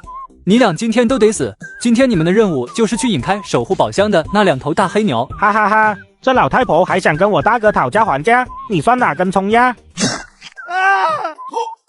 不好，大哥，有人背地里在阴我们，大哥你快走！小兰，是小兰吗？妈妈，你怎么会在这里？这些人肯定还在不远处，我们换个地方说话吧。我发了很多信息找你都没有回音，我还以为你已经死了。我被一个黑暗势力控制了，根本没法用系统。要不是他们丧良心，为了得到宝箱，将我跟小洛带到这边当诱饵，我兴许这辈子都见不到你了。我叫小洛，我已经没有自己的岛了，你们可以收留我不？我什么都会做。小洛人很好的，我们俩在一起，经常照顾我。阿姨，你太客气了，你也待我如亲闺女一样。如果没有你，我兴许早就提前被他们嘎了。这样吧，小兰，你穿着隐形衣跟沐恒去外面寻找宝箱的线索，我留下来照看他们4个，我们顺便在山洞周围采集一些物资。哟，这不是小凤吗？怎么一个人在岛上？你的小弟们呢？哈哈哈哈！你想怎么样？怎么样？当然是解决你。小牛，你没事吧？这头小牛好像受伤了。我来给他疗伤吧，我的天赋有治愈能力。只见夏淑兰微微的抬起了右手，一道耀眼的绿光顺着手心传入到小牛的体内，瞬间小牛便颤颤巍巍的站了起来。什么？你说你知道宝箱在哪，要带我们过去？于是2人在小牛的指引下来到了一处偏僻的洞穴。哇，这就是传说中的隐藏宝箱吗？怎么旁边有2头巨型大水牛？这水牛说感谢你救了我的孩子，为了表达对我们的感谢，他将奉上这个隐藏宝箱。哇，真是太好了，我们快去告诉人贝贝。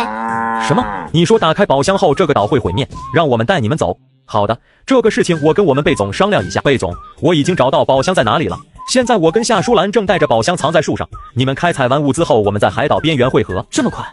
沐恒，你是开挂了吗？哈哈，回头再慢慢告诉你。对了，我们还带着3头牛，有这3头牛保护，我俩应该不用你费心了。什么？3头牛？不会是那个什么 boss 牛吧？叮！恭喜沐恒成功收复 F 级 boss 牛魔王。牛魔王产奶量极高，生产的牛奶可提高体力值，具有较高的免疫力。我去，这沐恒有2下子，不仅找到了宝箱，还驯服了这么有用的动物。这下我们又增加了一种新的蛋白质来源。没过多久，7人便在海岛的沙滩上汇合了。我们5人收集了木头1080个，石头100个，铁20个。还有蓝莓种子跟药草板蓝根，这板蓝根可以预防感冒，回头在岛上专门开一块地用来种植草药。小兰，听贝贝哥说你们找到宝箱了，快打开看看。话音刚落，夏淑兰就打开了那个隐藏宝箱，只见一道光芒从宝箱中闪出。叮！恭喜人贝贝小队成功找到隐藏宝箱，获得基石2000块，获得车站及火车制造图1份。火车可以更快捷的运输物品，需要动力煤炭。海岛将在2小时后消失，目前阵亡小队3组，请活着的各组小队抓紧时间撤离。海岛消失倒计时1分59秒。什么？我没听错吧？我还没走进森林，有人就找到隐藏宝箱了，他是不是开挂了？我们小队嘎的只剩下我1人了。那个螺蛳粉，你给我等着，此仇不报非君子。刚刚居然没打死你丫的！算你小子命好，等着就等着，有种报你的海岛坐标位置，看我嘎不嘎你就完事了。要不是我这次带着2个人质被阴了，你小子能动我一根汗毛？我小峰的替身能力可不是盖的。你们两队别吵了，这游戏的目的就是让我们人类互相残杀的，我们更应该团聚一致，不能让他们得逞。就是你小子，我亲眼看到你小子把我2个小弟杀害的，你就是任贝贝对吧？我们白虎教不会放过你的。我没有理会小峰的话，因为他这种小角色我根本不放在眼里，与其与他产生矛盾，不如好好的发展自己的岛屿。我靠，一个海岛探险居然死了整整3队人，我们队也死了2个人，被野兽袭击了。这海岛探险我再也不参加了。很快没过多久，海岛就出现了一个传送空间，7人顺利的回到了岛上。刚回到房间，我们7人瞬间被凌乱的房间惊呆了，地上有很多坨米田共。大黄，你小子都做了些什么？什么？你又没给我钥匙，我憋不住不是很正常吗？这是我孤岛求生的第14天，随着岛上人数的增多，龟岛遭遇海怪的袭击也更加频繁。小蓝妈跟小洛在大黄的带领下负责巡视岛边的安全，天气也在逐渐变热。这段时间公屏上也一直在叫苦连连。我的老天奶呀，这太阳快把我烤干了。我也是，但是没办法，只能顶着大太阳去垂钓物资。谁有多余的水啊？我快渴死了，从昨天到现在没钓到1瓶水。我老婆中暑了，谁有消暑的东西可以急救，多少钱我都愿意花。贝爷，看我找到了什么？这是薄荷。没错，在田地边看到了几颗，想着大热天可以做些薄荷茶给大家消暑。既然田地边能长出野生薄荷，那后山应该更多吧。我想到了之前通过恶魔契约获得了一个冷冻仓库，于是二话不说带着木恒去后山采摘了2-3斤薄荷叶，将加入薄荷叶的水放到冰窖后，没过多久就获得了1桶薄荷冰块。我将薄荷冰以极低的价格挂到交易平台上，想帮助到那些真正有帮助的人。天哪，感谢大佬，我差点要热晕过去了。大佬从哪弄的冰块？跪求制作方法。我听说用硝石可以制冰，可能大佬已经掌握了制硝方法。人与人区别咋那么大？我都穷得喝不起水，有的人就已经制造出冰块了。双龙会大量收集硝石，倘若有人会制硝，我们也可以提供水资源，利润3-7分。我的天，这太阳真毒呀！真想给家里放一盆冰来降温。主人，不好了，你丈母娘被海怪抓走了。怎么回事？快来救救我呀！丁，大象、章鱼、地质海怪可将一切物体拉入深海区内，一旦被捆绑，很难脱身。阿姨，你别怕，我现在来救你。贝爷，我来试着把它做成章鱼烧吧。正好昨天岛上小麦成熟了，木恒拿了些面粉给我。那行吧，等忙完后，大家今晚一起吃章鱼烧。这几天气温在不断升高，很快岛上的温度就达到40摄氏度，后山的小溪位也在不断下降，菜地也逐渐开始了龟裂。于是我们几人轮流从后山挑水来给地进行浇灌，但还是觉得不是很方便。贝贝哥，你看我钓到了什么？咦，这不是水井吗？可是这龟岛底下都是海水，这水井能有什么用？我一看水井制造所需要的材料也不多，于是半信半疑的造在了菜地旁。丁，万能水井可生产出天然 S 级山泉水 ，S 级山泉水直接饮用能提高身体素质，浇灌菜地可提高蔬菜等级，每天可刷新打水次数。哇，如烟，你真是我的小福星。讨厌，这人贝贝在说什么，害得人家我都不好意思了。莫非他对我有点意思？回到房间，点开公共频道。此时求购冰块的人越来越多，我索性不加薄荷，直接上架了冰块。恐怕这次考验要淘汰不少人。贝爷，上午海洋生物攻击了7次了，怎么会这么多？我猜想应该是我们人增多了，所以攻击次数也会变多。天气越来越热，地里的收成也不太好，下午都去树林看能不能找些能吃的食物。好的。吃饱喝足后，众人一同来到了后山深处。等下，如果我没看错的话，这好像是无患子吧？可以用来做洗发水。真是太好了，自从我上了岛后都没有洗过头发。没错，这附近好像还有些野生芦荟。要不柳如烟跟小洛在这摘无患子跟芦荟吧，其余人跟我继续往前走。木恒，你看那是什么果树？这好像是杨梅树，果子已经完全成熟了。那我开条路都摘下来吧。不好，是狼群，大家都快上树躲着。丁 A 级青狼，群居动物，注意，此动物非常危险。不过这狼肉我还没尝过呢，况且还是1级，必须要尽快提高身体素质。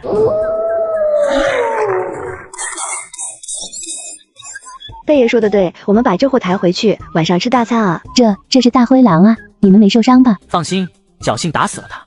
不过下次确实要注意，下次还是尽量跑吧，万一受伤了就麻烦了。小蓝妈，这狼皮回头给大家一人做一件狼皮大衣。好嘞，这么客气干嘛？都是自家人。小蓝妹妹，这无患子跟芦荟已经摘好了，你拿去用吧。谢谢如烟姐，这可太好了，真怀念以前有洗发水的日子。苏菲，你能做出洗发水吗？我试一试吧，之前我也尝试做过，先将无患子捣碎放入锅中，加入适量的清水，小火慢慢熬煮，再加入芦荟，最后的精华就是洗发水了。忙碌了半天后，才采摘的无患子跟芦荟就做成了洗发水，女生们迫不及待地走进了洗手间。好香啊，感觉比以前用过的洗发水都要好用，不仅去屑还不伤发。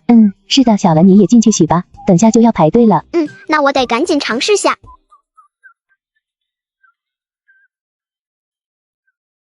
这是我在龟岛求生的第15天，随着天气气温的不断升高，龟岛的温度已经达到了40摄氏度，后山上开凿的小溪已经接近干涸，各个势力也纷纷召开会议，以寻求应对高温的措施。兄弟们，除了咱们自己内部要用的水外，只要人贝贝一上加水或者冰块，马上拍下来高价卖给别人。遵命老大。还好我们有阿吉净水器，每天咱们工会的人可分半瓶水，大家都省着点喝，早点锤掉更多的物资。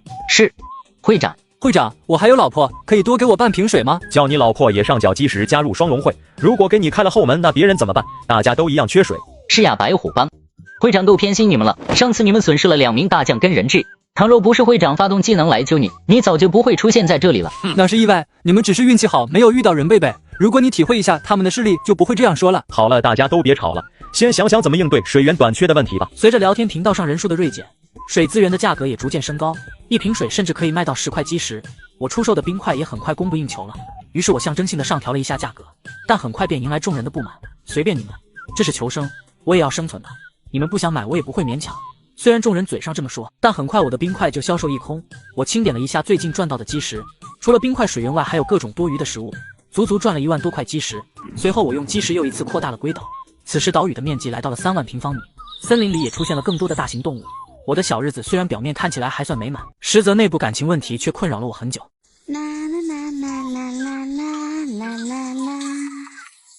呀，谁呀？我还在洗头呢。都老夫老妻的了，还害羞什么？我来帮你洗吧。哎呀，死鬼讨厌！贝贝哥，我也没洗头呢，你也帮我洗洗。那好吧，大家都是朋友，我可没有什么非分之想。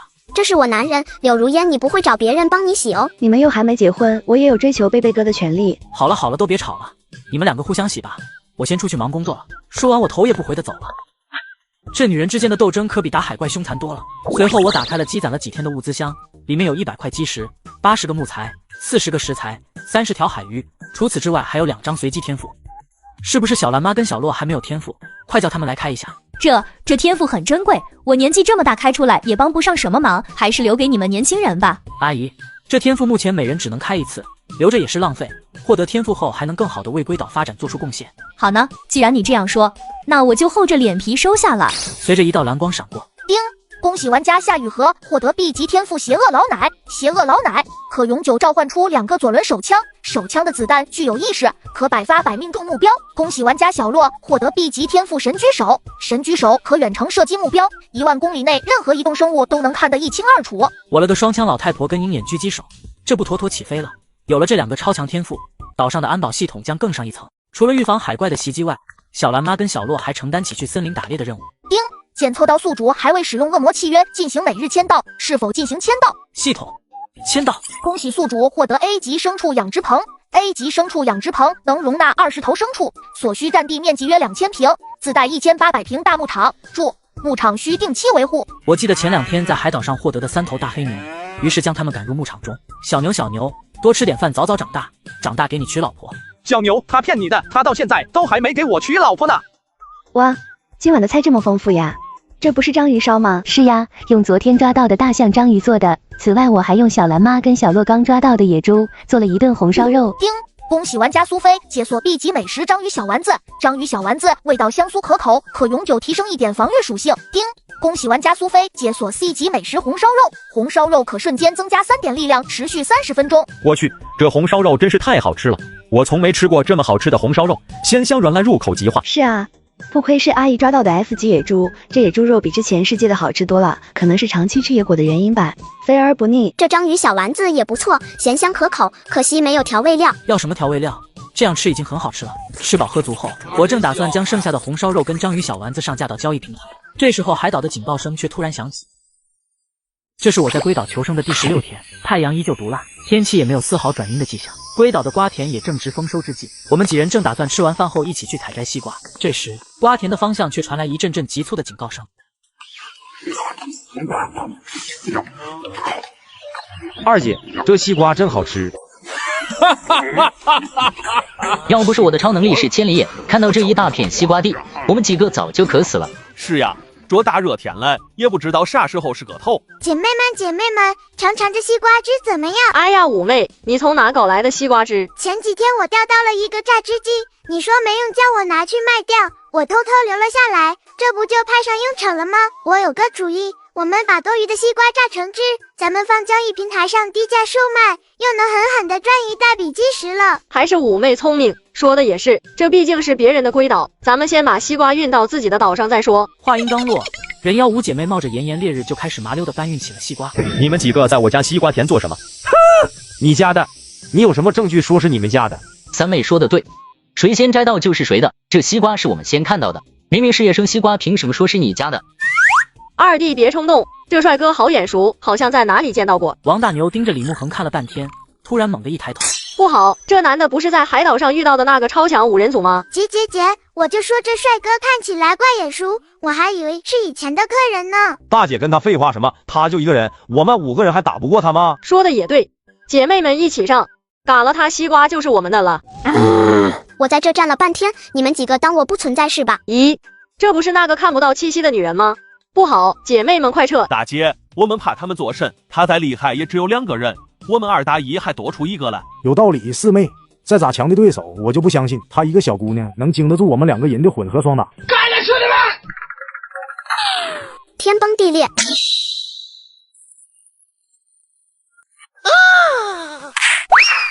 叮，恭喜玩家夏淑兰获得一流物资，多功能榨汁机1个。嘿嘿。要是岛上多来几个送快递的就好了。在海岛的另一边，狗子扛着酷热在捞物资箱，而我今天开箱时却发现图纸跟食物的数量远远没有之前那么多了。除了大量的海鱼外，就是一些基石，甚至还有一些棉被等抗寒物资。这抗寒物资估计是下一阶段生存挑战要用的。但是这图纸怎么越来越少？难道以后图纸也会成为稀缺品？以后的东西都得自己制作吗？这样看来，要想发展岛屿，就必须引进大量人才来共同建造岛屿了。拥有天赋的人才势必会成为各大帮派优先争抢的对象。我去，开了半天都没开到一个图纸，还开出来个电热毯，我这连电都没有通，这大热天的给我个电热毯是几个意思？这系统该不会故障了吧？我看未必，最近咱们帮会有很多人钓到羽绒服、棉被等抗寒物资，我怀疑这个世界是在提前发放下一轮生存所需要的物资。你们有没有发现最近成员上缴图纸的数量也少了不少？我估计这以后图纸会像万能金属一样稀缺，我们不如赶在人贝贝之前用纯净水大量收图纸吧。你个蠢蛋，我们自己的水还不够喝呢，哪有多余的水来收图纸？是呀，小峰，你该不会被热傻了吧？图纸上缴少了，说不定是成员们不肯上缴，水资源还是很珍贵的，怎么能拿来随随便便换图纸呢？大哥千万别听他的，他这个败家之犬除了给我们双龙会拖后腿外，没有丝毫贡献。小峰，你好好的回屋去想想吧，等下午不热了就赶紧去垂钓物资。可恶，气死我了，这风龙明显没有什么脑子，看来如果继续留在这里，我跟我老婆还有小弟必将会成为炮灰。小峰，你怎么退群了？呵呵，会长，道不同不相为谋，祝你们好自为之。不好了，大哥，我们的净水器被这家伙偷走了，此外还有3名小弟跟他老婆也偷跑了。好你个小峰，既然你不仁休，怪我不义，双龙会正式发布通缉令，谁能提着前白虎教教主小峰的乡上人头来见我，这白虎教教主的位置就归谁。我边吃着西瓜边吹着空调，默默地看着公共频道上双龙会的大量刷屏。这双龙会还没怎么样就开始搞内部分裂了，估计这几天也没什么心思跟我竞争基石了，趁机好好多卖一番。我正想在交易平台挂上基石，这时却收到了一个叫小峰的私信。龟岛求生的第17天，开往菜地的火车，随着一股寒流袭来，海岛也逐渐开始降温，地里的瓜果蔬菜也都成熟了。公共频道里面传来一片欢呼，太好了，终于凉快些了。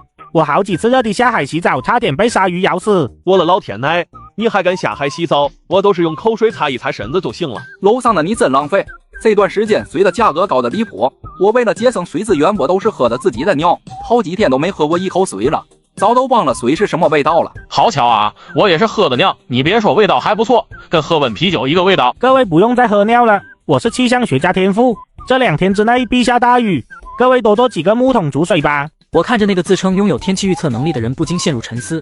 天变冷是在意料之中的，极端天气变化恐怕也是考验的一部分。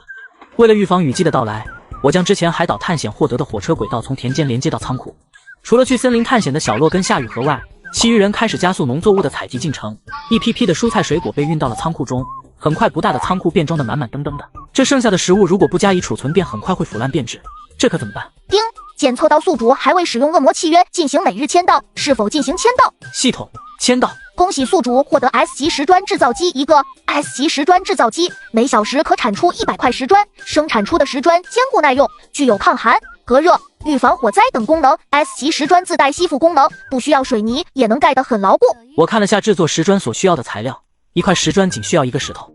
我将库存的石头全部放入石砖制造器中，不一会，一块块方形的石砖就出现在我面前。贝总，这石砖的重量好轻啊，真的能用来盖房子吗？放心吧，系统既然这么说，肯定是有它的道理。我估计现阶段能在岛屿上有石砖房子的人屈指可数，大多还是茅草屋，能有砖头来盖房子的人更是寥寥无几。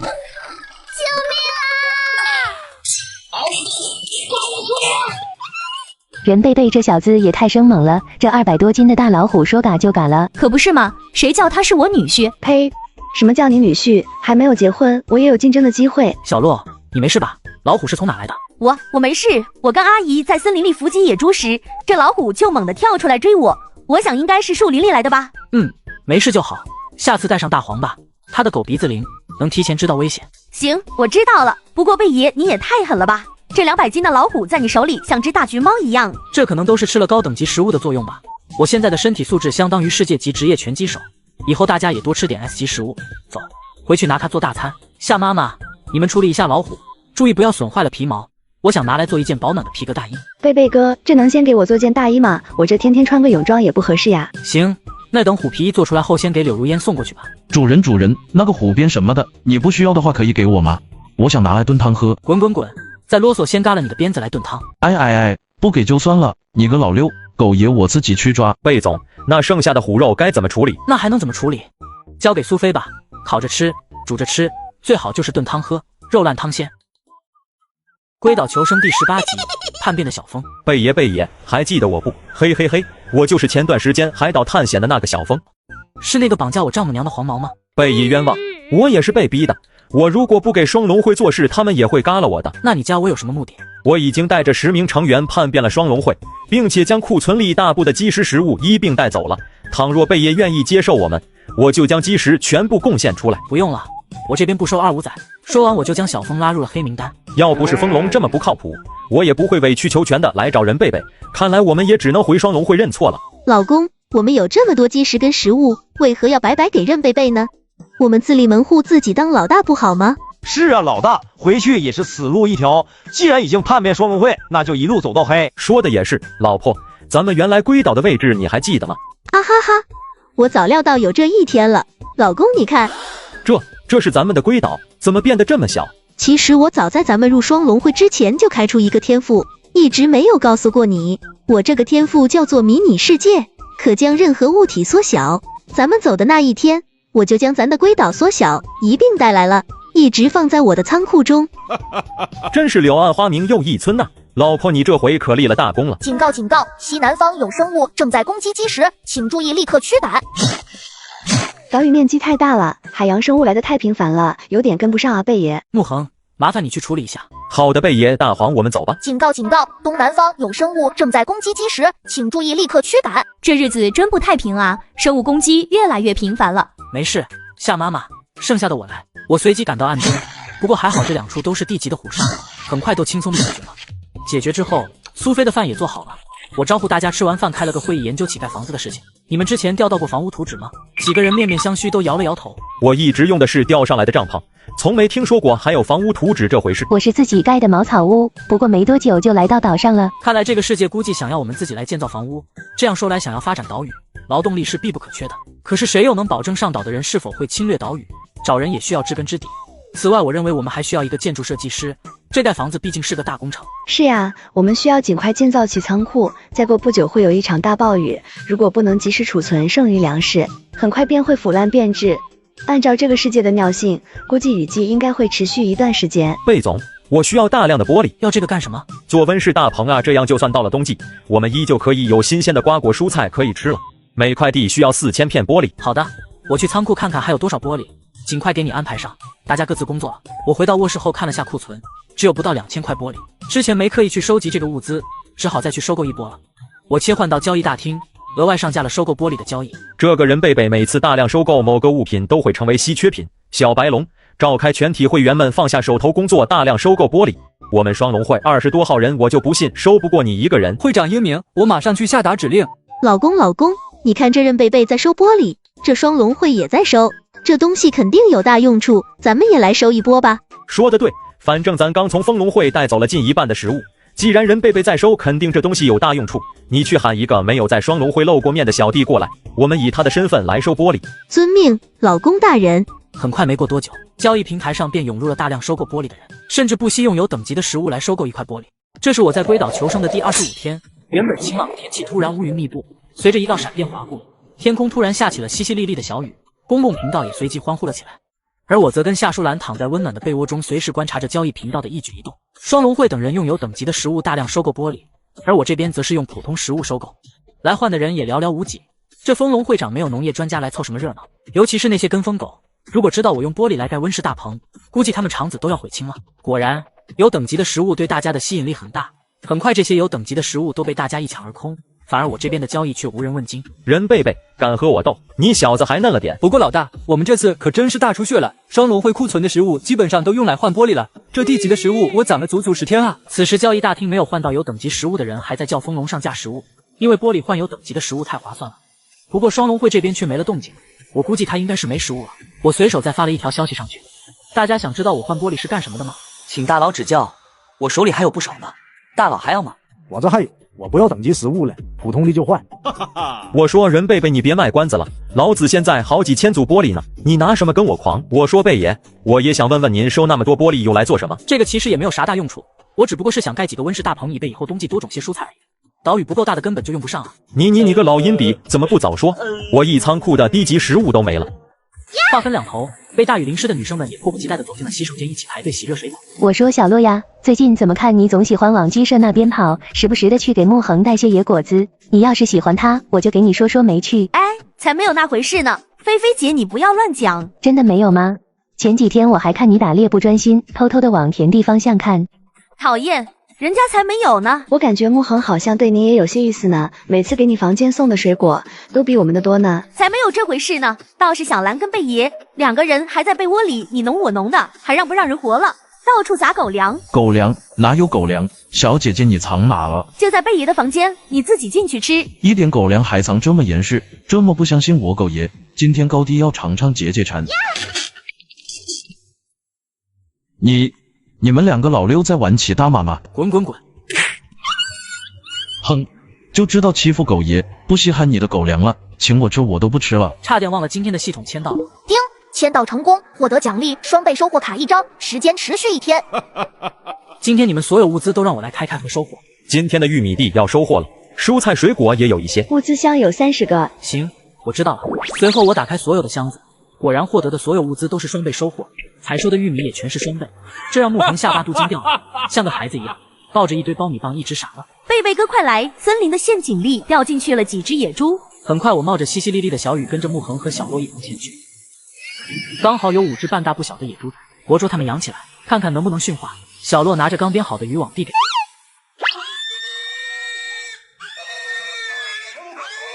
小洛，你去通知苏菲他们赶紧做个猪圈。好的，叮。收获物资野猪幼崽5只，触发双倍收获；收获物资野猪幼崽10只。我去，我记得我们明明只抓了5只野猪仔啊，怎么变成了10只？惊不惊喜，意不意外？小洛，你叫木恒过来负责驯化他们，你继续去巡查岛屿。明白，我这就去。夏妈妈和小洛又去树林了吗？是的，他们说趁着雨还没有下大，多打点猎回来。行，我知道了，我去找他们。此时夏雨和跟小洛2人正好在回来的路上，我随即接过了他们打到的2只咕咕鸡，跟捡到的一些板栗、野蘑菇、大枣等。很快跟在后面的2人就发现了异常，明明捡起来是一颗板栗，但是瞬间就变成了2个。小洛虽然不知道怎么回事，但看着满满的一背篓物资，满心欢喜，一趟趟的往新盖的仓库内运送。折腾了大半天，仓库已经堆满了物资，开饭了。老六把那个大鸡腿给我。给，哥今天让你吃个够。算你有良心，早上打我的事就算了，下不为例。大黄，你最好忘了早上的事，要不然我就……哎，你说啥？我最近好像失忆了。狗哥，我就佩服你，下次还吃狗粮吗？狗粮在哪里啊，小姐姐？狗爷我高低要尝尝味道。行了，大家开动吧，明天还有考验等着大家呢。这是我在龟岛求生的第20天，经过昨天的双倍加成，现2个仓库都爆仓了，各类水果蔬菜满满当当，就算7个人吃1年都不成问题。天气逐渐由小雨转为了大雨，而且还有持续下雨的趋势。由于天色太晚，小洛跟夏雨荷看不到整个岛屿的情况，只能在龟岛边缘转了一圈。待众人都回到了别墅，苏菲已经将椰汁都倒了出来，端给大家。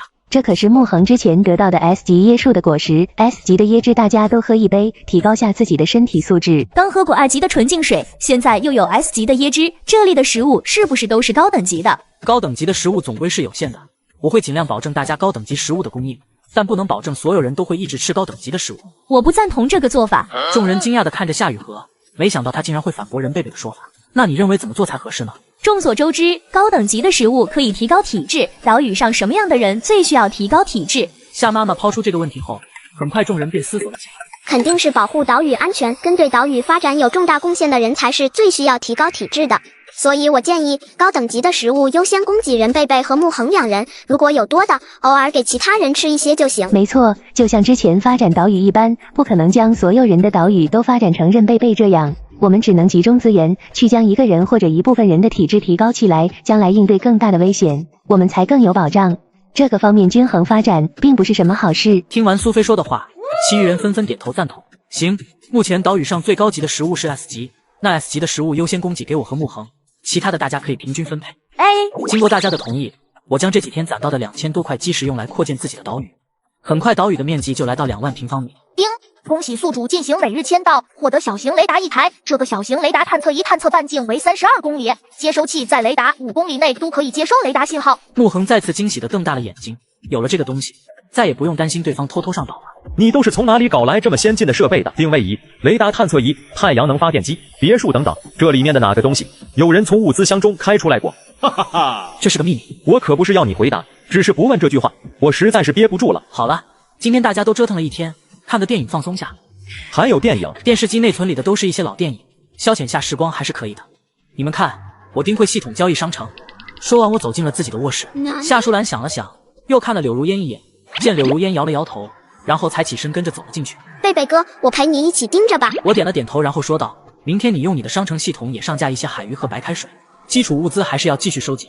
交易大厅的海鱼和白开水已经消耗了大半，我自己又上架了一些。这天冷的我打颤，还不如那几天太阳暴晒呢。你说拉倒吧，那几天干的连水都没有，现在虽然冷，起码可不死。这天冷的感觉，这大海都能冻结冰。你想多了，大海结冰那得多冷，现在还差得远。不远了，今天我这里风平浪静的，刚才我看海面已经有了一层薄薄的冰了。真的假的？我这里怎么都没有看到？骗你有什么好处吗？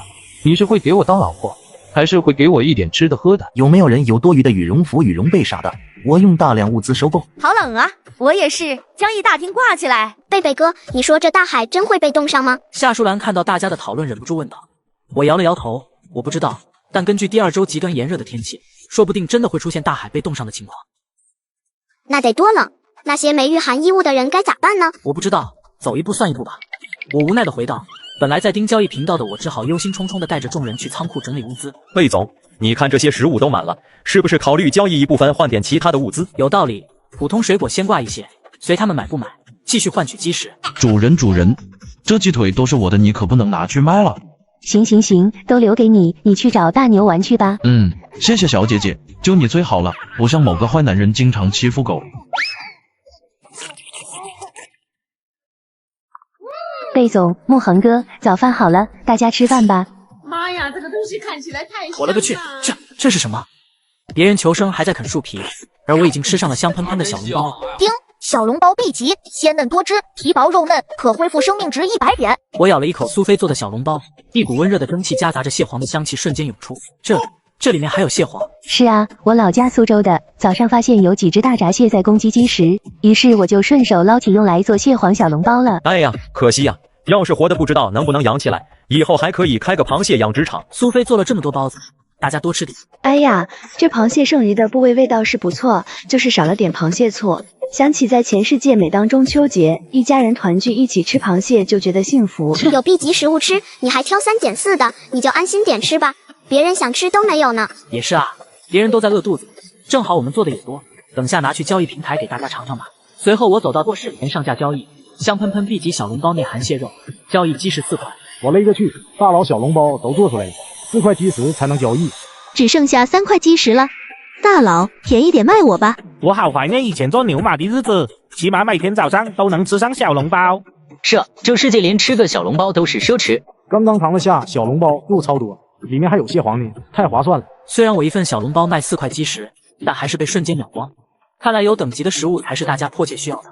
是啊，毕竟这能提高自身实力。还记得之前打熊的大佬吗？身上一些不好吃的地方都整理出来，全部用来换基石。这样是不是太浪费了？这可都是 B 级别的食物呢。没事，兑换回来基石就扩大岛屿，甚至是 A 级野兽也会有。那我马上去整理。对了，有多的水果也整理一部分。交易完后，穆恒继续驯化野猪，小兰去后山河里看看。知道了。随后我把整理好的物资继续上架交易。随着 B 级食物的上架，整个交易大厅停滞几秒，然后就快速成交，频道中也再次热闹起来。以后大佬是我的偶像，1级的虎肉都有，这也太变态了吧！大佬不仅杀了一头狼，没想到还干翻了一头西伯利亚大老虎。哈哈，我抢了3块虎肉。这有啥？我抢了1条虎鞭，这可是大补。大补有啥用？你一个人孤零零在岛上浴火焚身的，不如来妹妹我的岛上吧，只要500块基石跟你岛上所有物资。大哥，这些 B 级虎肉我们也抢够点吧，过了这个村就没这个店了。行，你安排各个部门分批交易，能抢多少是多少。另外，继续打探任贝贝的消息。知道了，大哥，我这就去安排。随着双龙会加入抢购，很快这批物资也被抢光，还有不少人叫我上架。这些人都疯了吗？难道他们忘了海水即将要淹没岛屿1平方吗？只是拉了5、6米，我就拉不动了，鱼太多了。我看这一网就不下于1000公斤，来搭把手一起拉，就这样拉了4次网，得到了 C 级淡水鱼类100多公斤，普通鱼类2000公斤。当小兰和苏菲看到小山一样的鱼，就开始头痛。这么多的鱼得处理到什么时候呀？就是根本就吃不完，别把小姐姐累坏了。先把 C 级的处理掉吧，我再交易一部分。过2天马上海水要侵蚀岛屿了。此时公共频道内还很多人都在抱怨，看到如此旺盛的需求，我感觉到了一丝不寻常。果然在我挂上交以后，还是瞬间就被秒了。哈哈哈哈！小人贝贝，你物资再多有毛用，奈何不了我人多。等下我就翻倍再卖出去。小白龙，你留下一部分给内部用，剩下多的全部翻倍挂上交易。还是老大英明啊，这招都能想出来，我看一会他得气的吐血。别废话了，这次你干得漂亮，小峰的部下也给你管了，给我好好干，少不了你的好处。谢谢老大，我这就去安排。这是哪个畜生竟然干起了黄牛的生意，真是太可恶了，简直不是人。这样没有物资的人就要挨饿，这也没有办法了。希望他们各自安好吧。我没有功夫去理会那些二手贩子，继续细数起这段时间自己的收获。之前挂在交易大厅的羽绒服也已经全部售出，通过交易一共收获了17326块基石。叮，触发每日签到，获得双倍收获，可持续1天，获得物资基石35000块。这个数字晃得我有些眼花。之前自己的岛屿只有2万平方米，如果将这些基石全部使用，那岛屿面积将立刻突破5万平方米。但我瞬间又冷静了下来，这么大的面积，自己这些人能管得过来吗？并且增大了面积，那海洋生物的攻击是不是又要相应增加？会增加到什么程度呢？树林会因为面积增大而演化得更快。如果出现了1级的猛兽，别墅前的小栅栏就完全就形同虚设。这个事情想得有些脑壳疼，决定不能让我一个人头疼，还是大家一起想想吧。这是我在龟岛求生的第22天，随着温度的突然骤降，前来攻击龟岛的海豹也少了很多。此刻众人都待在温暖的别墅中，一起商讨岛屿扩展一事。之前面积扩展都是小打小闹，几十个平方、100个平方的，这次一下要扩展近3万个平方，确实需要跟大家商量下。什么？有3万多块基石？虽然我已经猜到基石会有很多，但是真没有想到会这么多。这个世界太疯狂了，我都忍不住高呼一声：贝贝哥，你真牛逼！之前我还为了1块基石抠抠搜搜的，放你这竟然是多的用不完的物资了。喂，我说各位，你们的关注点是不是跑偏了？难道不应该关注下我们要不要扩建这个问题吗？其实我个人认为并不需要犹豫，直接扩建就行。众人听到穆恒的话，纷纷惊讶地望向他，不知道他为何这样说。扩建之后的好处我就不多说了，看看我们这2天的收获也就知道了。我就来说说大家都担心的事情吧。第一个担心，面积大了不好管理，5万多平方米，听起来确实很大，但是你们想想，5万平方米长宽也都不到300米，这个距离真的大到管不过来吗？听到穆恒的话，众人纷纷点头，确实，长宽都300米，面积就达到9万平方米了。以现在他们的体质，就连最弱的柳如烟都能轻松的在20秒内跑完300米，更别说人贝贝他们了。第二个担心，面积大了，海洋生物攻击变多。现在小洛跟夏妈妈应该还能应对吧？再加上苏菲提供的食材，我个人认为问题不大，甚至还能给我们提供一些高级的食材，比如刚刚我们吃的小笼包。确实如同穆恒所说，有了高等级食材，我解决海洋生物的速度更快了，每天大部分时间都在观望。最后一个担心，树林的演化。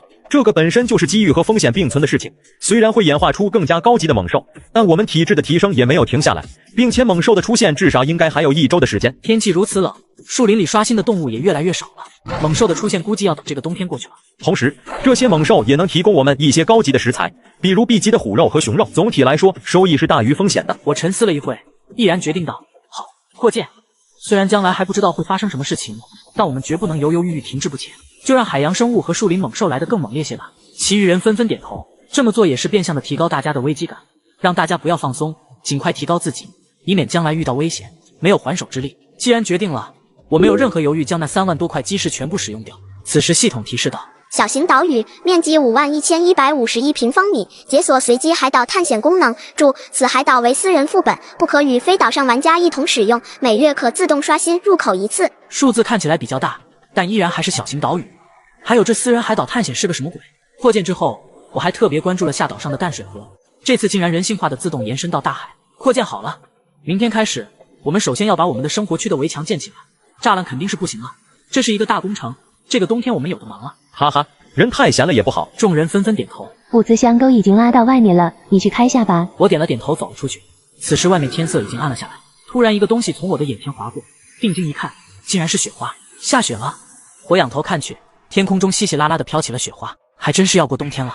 下雪了，大家赶紧看看有没有要收拾的东西。听到我说的话，众人纷纷走了出来，看着漫天飞舞的雪花惊叹不已。哎呀，下雪了，冬天来了！这是我在这个世界过的第一个冬天，感觉好奇妙啊！哎，老天爷，求求你保佑我能跟人贝贝在一起吧！如渊姐，你在许愿吗？许的什么愿望啊？没什么，希望大家健康平安吧。我走到外面，将外面摆着的45个物资箱全部开启，获得物资基石5块，铜6块；获得物资马车制造图1张，铁2块；获得物资基石2块，塑料4张。45个物资箱开出基石34块。其他基础材料若干，没有开出食物和水，但是有一个马车制造图吸引了我的注意。我拿起那马车制造图仔细看了下制造马车所需要的物资。马车制造图所需物资：木头50，铁5，铜5，应该是最简单的那种马车吧。现在也没有马匹，没啥用。随后将它扔进了仓库里。回到别墅，我将那45块基石全部用来扩展岛屿。穆恒从外面走了进来，抖了抖羽绒服上的雪花，说道：感觉好像突然下降了10来度啊。今天晚上大家都在我的别墅内凑合一晚吧。其他房子里没有装空调，如果冻出毛病来也是麻烦。明天看看用些干草把我们的小屋全部都加固一下，应该会好很多。夏雨荷跟小洛2人也回来了，抖了抖衣服上的雪，说道：不穿羽绒服，感觉好冷啊。他们2人是去给猪圈搭了个棚子，又给他们弄了一些干草，几乎塞满了整个猪圈。最近没有下雨，干草在树林里到处都有，随便割了一些，抖掉上面的雪花就可以塞进猪圈了。那几头野猪似乎白天被穆恒教训得服服帖帖的，这个时候竟然没有捣乱。当夏雨和他们把干草塞进猪圈的时候，所有的野猪都钻进了干草堆里，他们也怕了。我还在不断的上架鱼肉，主要收购的目标是那些常用的基础物资，比如说铜、铁、塑料、玻璃之类的。仓库早就装不下了，我只能将交易回来的那些基础物资放到栅栏内的空地上。众人则是坐在客厅，一边处理着之前搜集的食物，一边闲聊着。冬瓜则是坐在一旁看着动画电影。大约晚上9点左右，苏菲又做了一些新奇的美食，简直馋得我们口水直流。这是我在龟岛求生的第23天，别人被鹅毛大雪冻得瑟瑟发抖，而我却在别墅内开启了烤肉派对。傍晚8点左右，由于海面的迅速结冰，海洋生物也暂停了攻击。一群人在别墅内百无聊赖的打发时间，苏菲则做了一些高等级的烧烤端了上来。开饭了，开饭了！下午4点多才吃的午饭，晚上不吃的话会有些饿。等到众人坐到饭桌前享受烧烤大餐的时候，已经是晚上10点了。外面的雪下得有点大，明天估计所有的活动都要受到影响了。大棚里估计也收获不到什么东西了。我们之前存了不少，再加上从树林里找到的，应该也能撑过下1周。何止是1周，我们这7个人吃3个月，估计都很难将东西消耗完。你说的是肉吧？吃多了容易腻，还是需要一些蔬菜瓜果的。其余人纷纷笑我对生活的要求可真高。当然，这个世界或许只有我有这个资本去要求生活的品质。我撸了一口烤串，然后说道：今天晚上都在别墅里凑合过一夜，等下你们把自己的被子都抱过来打地铺。好的。解决完夜宵之后，我回到了房间继续上架鱼肉，然后切换回公共频道，看看大家的岛屿上是不是都开始下雪了。这雪越下越大了，也不知道要下多久啊。是啊，现在外面已经有10厘米的积雪了，如果一直这么下，我都有些担心会不会把我的帐篷埋起来。你那里这么大吗？我这边虽然也下了，但是不大，现在最多2厘米的积雪。我他妈快冻死了，谁有保暖的？啥都要，我用所有的物资换。这都1周的时间了，你都没有开出一个羽绒服吗？谁说我没有开出？只不过只开出来一件，根本不够啊。是啊，我都穿了保暖内衣，再套上羽绒服才没有那么冷。简单，那你盖上被子不就行了？操，如果有被子，我还换个屁啊！足足1周的时间，你就开出一件羽绒服，那你也太衰了。我也求保暖的装备啊，我感觉手里的一件根本不够。早知道这么冷，真贝贝大佬挂羽绒服的时候，我就应该买一件的。是啊，但是一件羽绒服要10块基石，你有吗？有啊，现在基石不是问题，问题就是没有卖羽绒服的。楼上的大佬，你咋开出来这么多基石的？是啊，之前 B 级食物你没有用掉吗？等下，你们说什么 B 级食物？又是一个后知后觉的求生者。今天下午4点左右的时候，这个区的大佬放出很多 C 级、B 级的食物，全部都要用基石去换的。我操，我怎么不知道？就为了一个物资箱，亏大了啊！那你真的亏大了。刚才我煮了1块 B 级虎肉吃了，感觉现在身体暖洋洋的，就算少穿一件羽绒服，也不会感到特别冷。效果这么强烈的吗？我也试试。你们都有吗？能不能分我1块？我可以用双倍的基石去换。之前我放出等级食物的时间是在白天，至少有一大部分人在捕捞物资箱而错过。经过这5、6个小时的发酵，基本上所有的幸存者都知道了一个叫人贝贝的大佬在交易大厅上挂过有等级的食物。那些买到等级食物的人，只有一小部分选择做黄牛赚一点，但是绝大部分都是留下准备自己吃掉。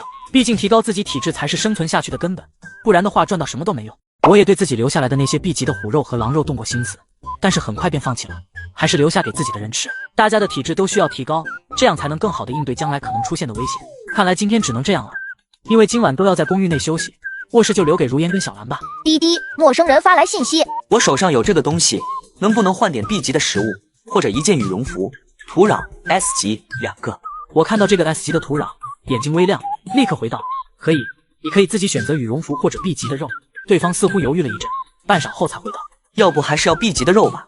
好，你的心理价位是多少？50克，您看怎么样？可以，我还可以送你一床羽绒被，反正我这里被子多的是。能开出 S 级别物品的人，运气都是非常好的，跟一个运气好的幸存者保持良好的关系非常有必要啊！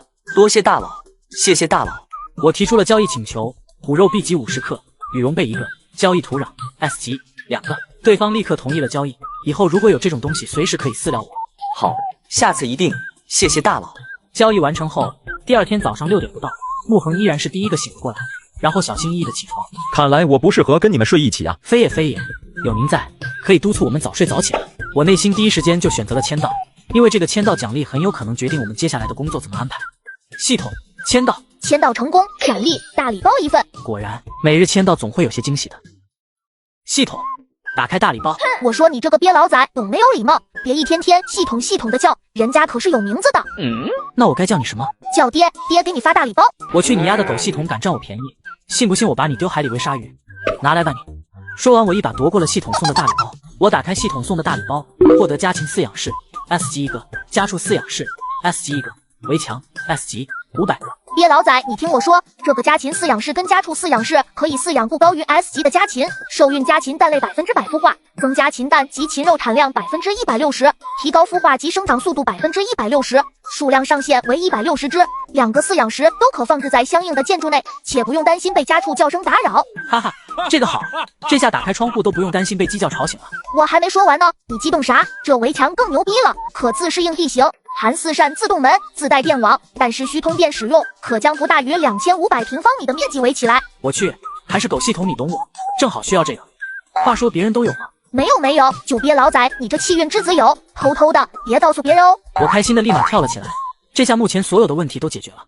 上午时分，穆恒将大家都叫到了客厅。既然大家都起来了，那就开始干活吧，赶紧把我们的栅栏加固加高一些，因为岛屿面积增大了，面对的风险同样提高了，先做好防御，有备无患。不用了，大家都别动，等我安排。随后我直接冲进了卧室，小兰跟柳如烟还没有起床，听到开门的声音，两人还紧张了一下，看到是我又放下心来，都有些害羞的缩进被窝里。死鬼，你怎么都不敲门的？太激动了，忘了敲，赶紧起来，今天有大事。咦，今天不就是第3周的最后一天吗？岛屿基石被海水侵蚀也不算是什么大事吧？或许有其他什么事情吧，我们也赶紧起来吧。此时我已经打开系统界面，把自己别墅的位置放大，然后在上面比划了起来。贝贝哥，你这是在干什么？柳如烟伸手在我身上来回抚摸了起来，我却毫不在意的继续说道：我得到一些好东西，需要好好规划下。好东西？什么好东西？话说这柳如烟真是不要脸，明知道我们在一起了，还对我男朋友动手动脚的。夏淑兰连忙挡在我们中间问道。我看到小兰气鼓鼓的小脸，好笑极了。其实我对柳如烟并没有什么想法，只是不想失去这样一位得力大将。看来得哪天得摊牌我跟小兰的事情了，这样下去可不是办法。对，简单来说就是，我现在需要圈出一个2500平方米的地方，位置依然还在我们别墅所在的位置。这么大？穆恒震惊地看着我。没错，所以我准备将仓库、田地、牛棚等全部要好好规划下放在那里。大家不用纠结，设想一下，我们有一次重新布局我们的岛屿，大家有什么建议？穆恒第一个说道。我认为仓库主要考虑方便放物资就行，其他不用过多考虑。那就将仓库放在靠近海边的西南角的这个位置。鸡舍、牛棚、猪圈，这3个建筑还是稍微离我们住的地方远一些，这样大家就不会被那些家禽家畜打扰。田地建议放在家畜家禽附近，这样方便我管理。那就将鸡舍、牛棚、田地放在西北角，靠着仓库放。其他人还有什么要求吗？众人纷纷摇头，表示自己没有其他什么意见了。我标识的这个范围内所有的树木和石头，全部都要开采成资源。所有人惊讶地看着我。任贝贝，你不会是来真的吧？除了夏妈妈去应对那些海洋生物之外，其他所有人都要参与开采，争取一上午将这块地方清理出来。啊，这是要干嘛？众人一脸疑惑地看着我。先按照我说的做吧，这是在你们来到岛上的时候我就提前声明过的，我的决定就是最终指令，明白吗？明白。众人纷纷应道，没有丝毫犹豫。明白，那就动手吧。穆恒用电锯，其他人用斧头，动起来吧。众人往公寓外走去，刚打开门，他们都愣住了，倒不是因为冷，而是外面的积雪已经将近1米深了，同时天上依然不断地飘落着鹅毛般的雪花，还下这么大。我咬咬牙继续说道，开路，今天必须搞定我所圈定的位置。众人点了点头，然后开始从一旁找来木板等工具，在积雪里开辟出一条路往外走去。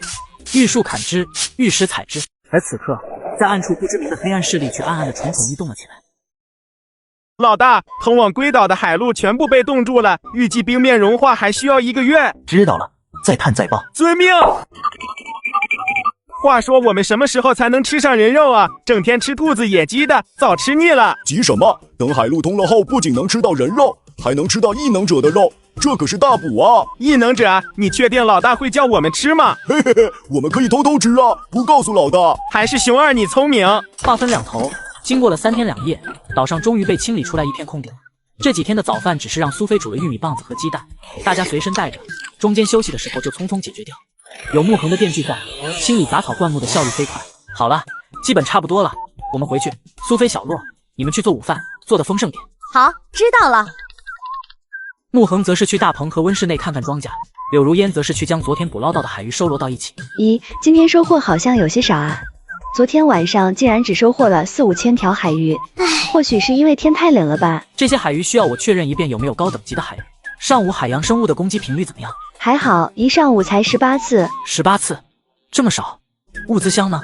有没有开出新的图纸？没有，不知道为什么自从扩大了岛屿后，物资箱一个都没有碰到过。我点了点头说道，没事，没有就算了，咱也不缺那点物资，最主要的是图纸。尽量吧，如果能捞到物资箱，我肯定能开出图纸。午饭，苏菲跟小洛他们做了一大锅米饭，然后各种蔬菜、肉类上了满满一桌子。众人砍了一上午的树和石头，收获了大量的木头和石块，腹中却空空如也。所有人化身饕餮风卷残云般将餐桌上的食物消灭一空。接下来大家如往常一样各自忙各自的活吧。如果我们的住所有变动，不要惊讶，静待变动结束就行。众人点了点头。苏菲跟小兰继续处理之前没有处理完的鱼，穆恒则是去照看大棚内的蔬菜，柳如烟则是继续负责调物资箱。我连忙赶回卧室，打开系统操作了起来，用围墙将整个生活区围住。正在大棚中的穆恒感觉整个大棚动了起来，但几乎是瞬间便又停了下来。正在简易木棚下的炉灶旁处理淡水鱼的小兰跟苏菲也感觉到了强烈的震动，但下一瞬间，一道厚厚的围墙将他们包了起来。这是什么情况？苏菲看着眼前的围墙，震惊地说道：“或许这就是任贝贝说的变动吧。等下问问任贝贝。”而正在外面拉物资箱的柳如烟看到原本的仓库的位置突然出现了2套带着院子的养殖室，整个人都愣住了。这么大的院子，贝贝哥上哪开出来的图纸？并且这耗费的资源也是非常巨大的吧？此时如果柳如烟能去仓库看下，他就会知道库存的资源一点都没有耗费。围墙放置完后，高度足有9米，占地1600平方米。刚刚还在感慨的柳如烟突然感觉自己眼前一暗，头上的飘雪都没有了。他疑惑地抬起头，看到自己正在一个巨大的养殖室内，然后整个脸上全是震惊之色。这么大，而感受到温室大棚移动的穆恒也从大棚内走了出来，看到一旁的鸡舍和牛棚，内心无比震动。还真的可以重新布局，人贝贝是怎么做到的？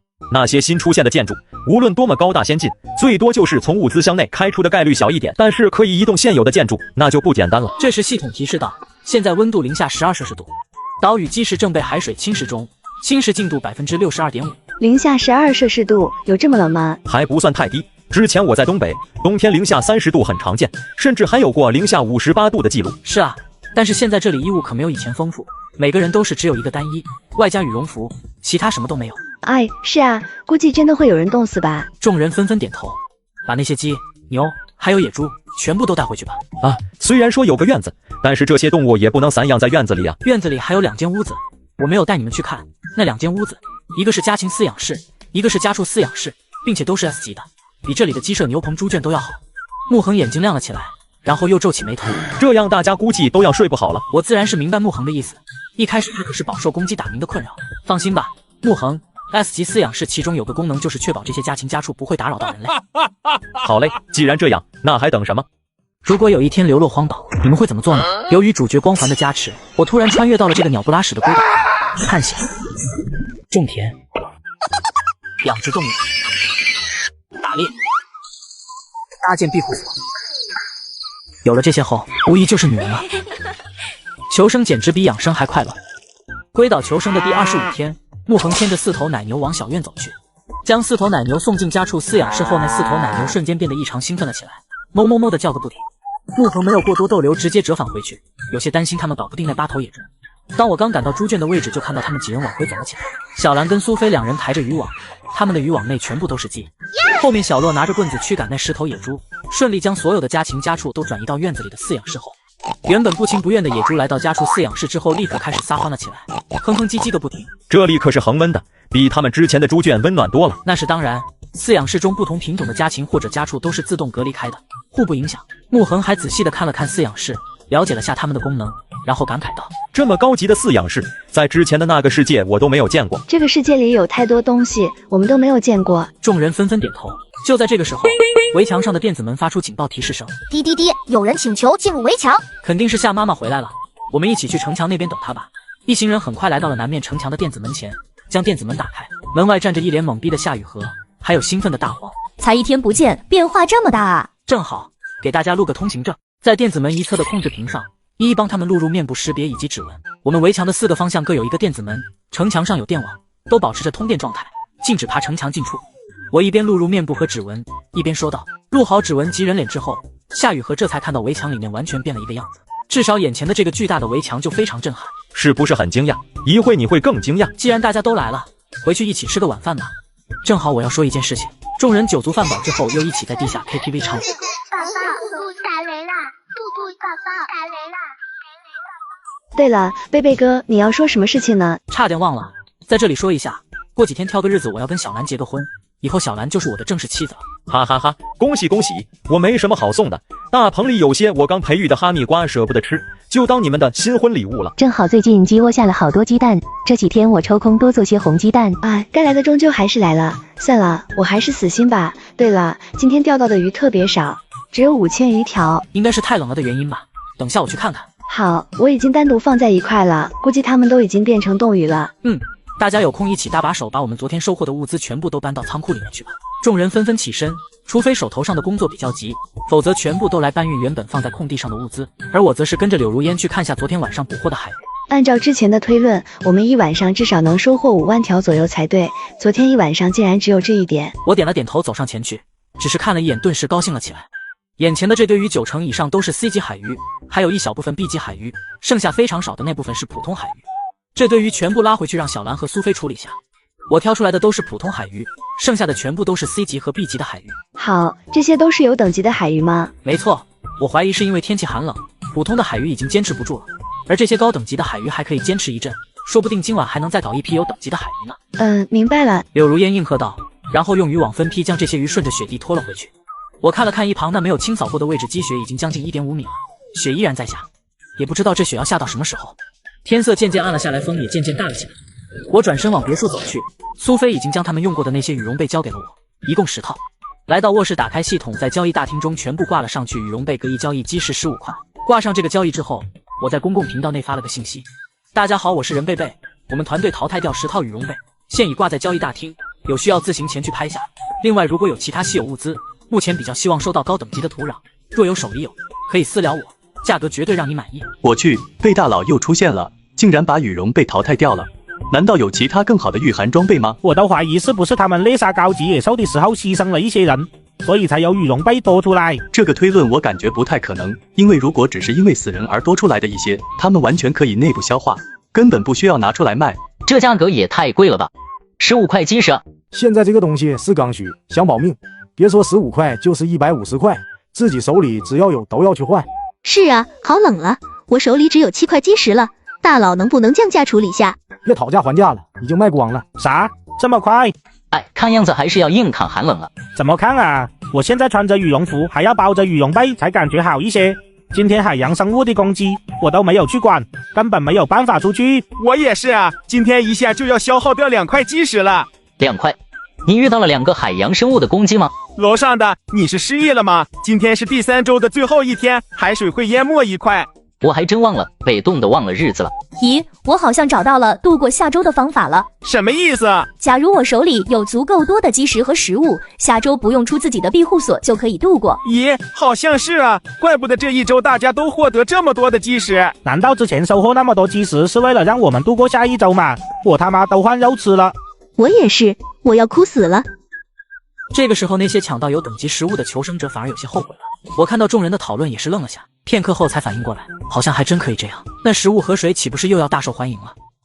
如果有一天流落荒岛，你们会怎么做呢？由于主角光环的加持，我突然穿越到了这个鸟不拉屎的孤岛，探险、种田、养殖动物、打猎、搭建庇护所。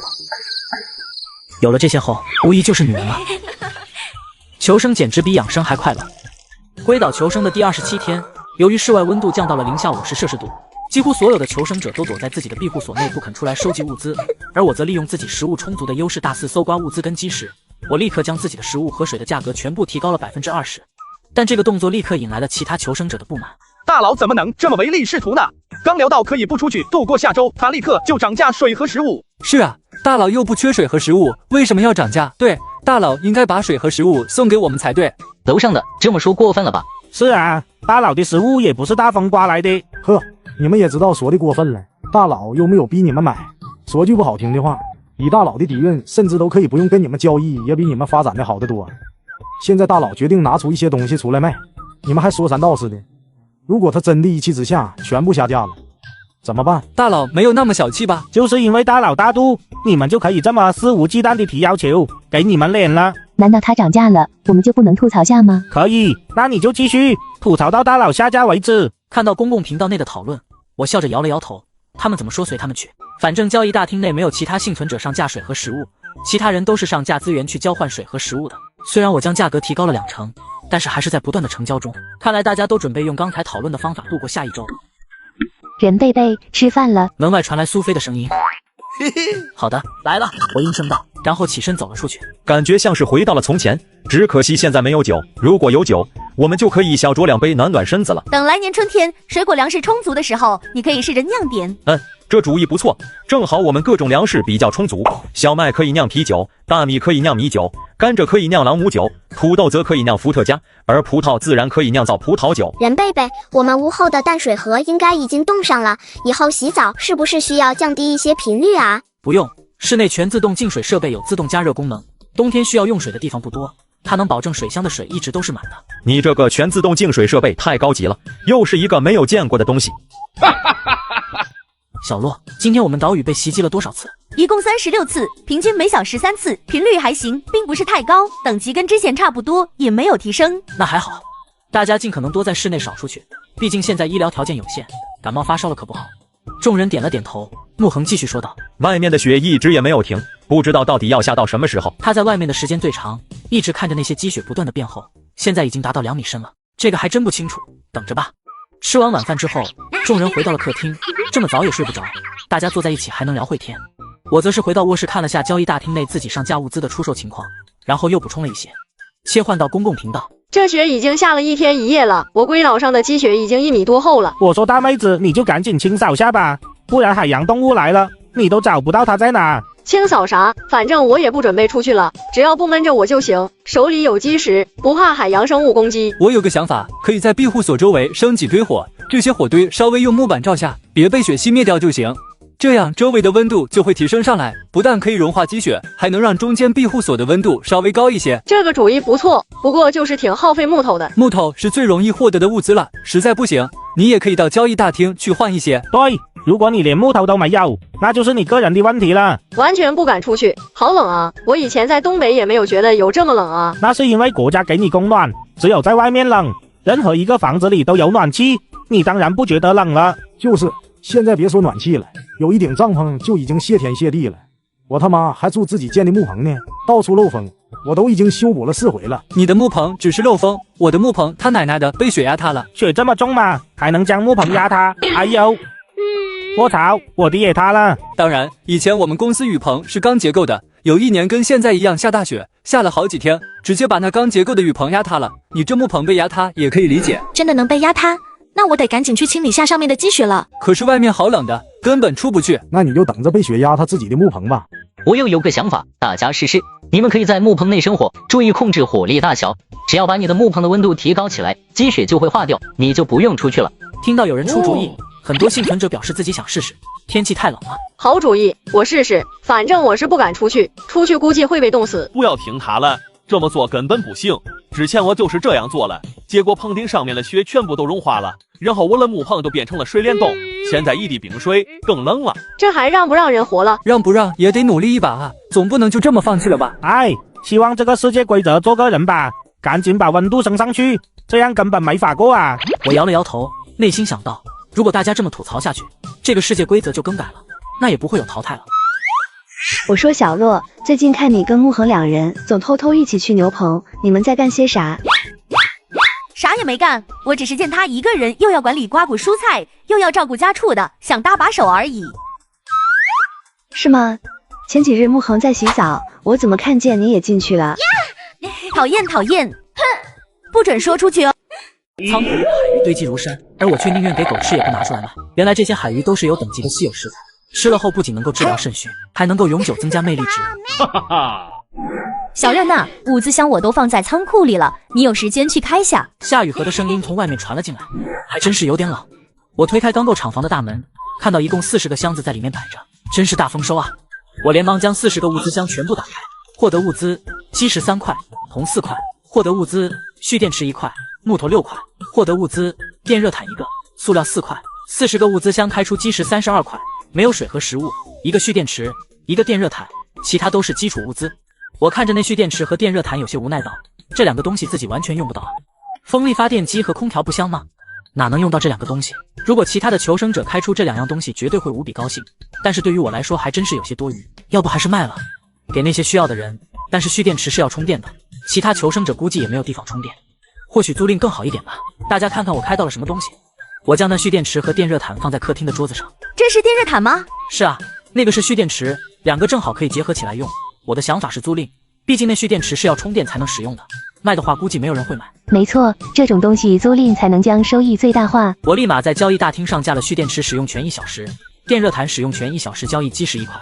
交易大厅中大部分都是交易食物和水的，完全没有看到过这种东西，所以一经放出立刻引起了大家的注意。还有电热毯，大佬威武，怎么开出来的？我也想要。有电热毯竟然不自己用，而是出租，大佬的操作我真是看不懂了。这有什么看不懂的？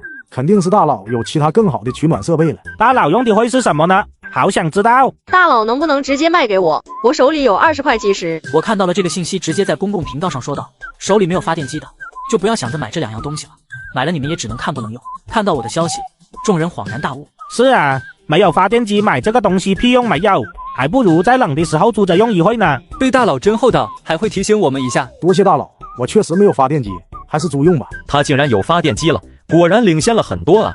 也不知道他的岛屿达到多大的面积了，每天遭受的海洋生物攻击次数是不是也是3次了？风龙在昨天扩建自己的岛屿之后，今天竟然遭遇了3次海洋生物的袭击。昨天他开出了4块基石，扩建后自己岛屿的面积是300平方米，虽然不知道从2次变为3次的临界点但是根据这个数据也能看出它的范围，面积300平方级以下是2次，但是300平方级以上就变成了3次。也不知道这个攻击次数有没有上限，一直这么增长下去，自己一个人也顾不过来啊。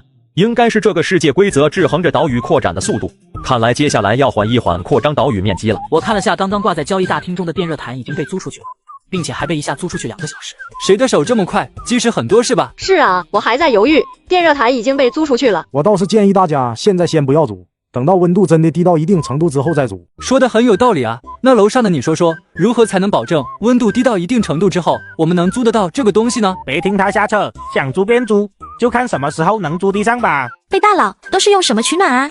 能不能让我们过过眼瘾？是啊是啊，好想知道大佬都是准备怎么度过下一周的。你们真是老奶奶钻被窝，给爷整笑了。我有别墅4个字直接让众人惊了。大佬什么意思？他有别墅了？我们还在住木棚，大佬都住别墅了吗？我擦，真的假的？我怎么没有开出别墅啊？自从我的茅草屋塌了后，一直在山洞里苟活着。大佬说的应该是这个吧？我操，楼上的也是大佬啊！你已经住上木屋了吗？是啊，但木屋保暖有限。这位兄弟，小木屋卖吗？我可以出大价钱。风龙大佬也出来了，难道堂堂工会大佬还没有房子住吗？应该是，不然这边老仔也不会买这个了。我可以出20块基石，1个帐篷，1件羽绒服，1套羽绒被。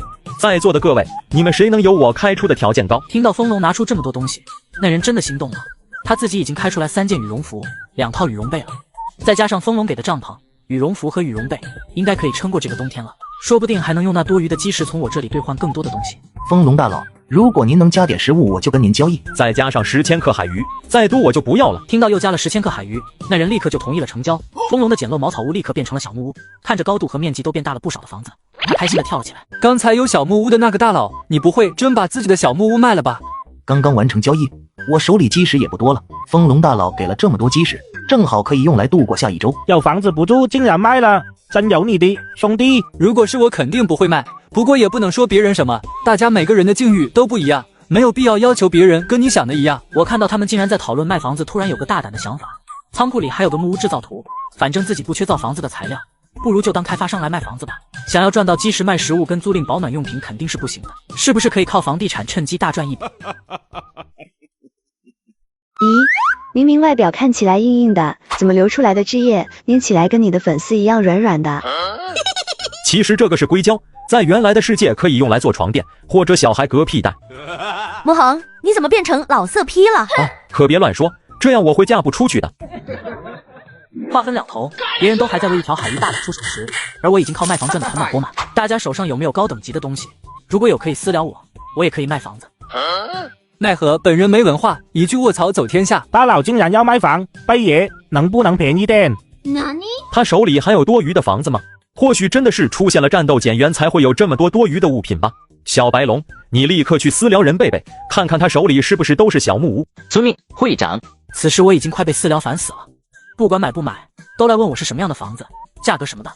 我就索性先关闭了陌生人私聊，在公共频道说道：目前手上有2个小木屋，1个实屋，如果想交易，一定要准备好基石以及 S 级及以上级别的东西，其余的就别私聊了，不用浪费彼此的时间。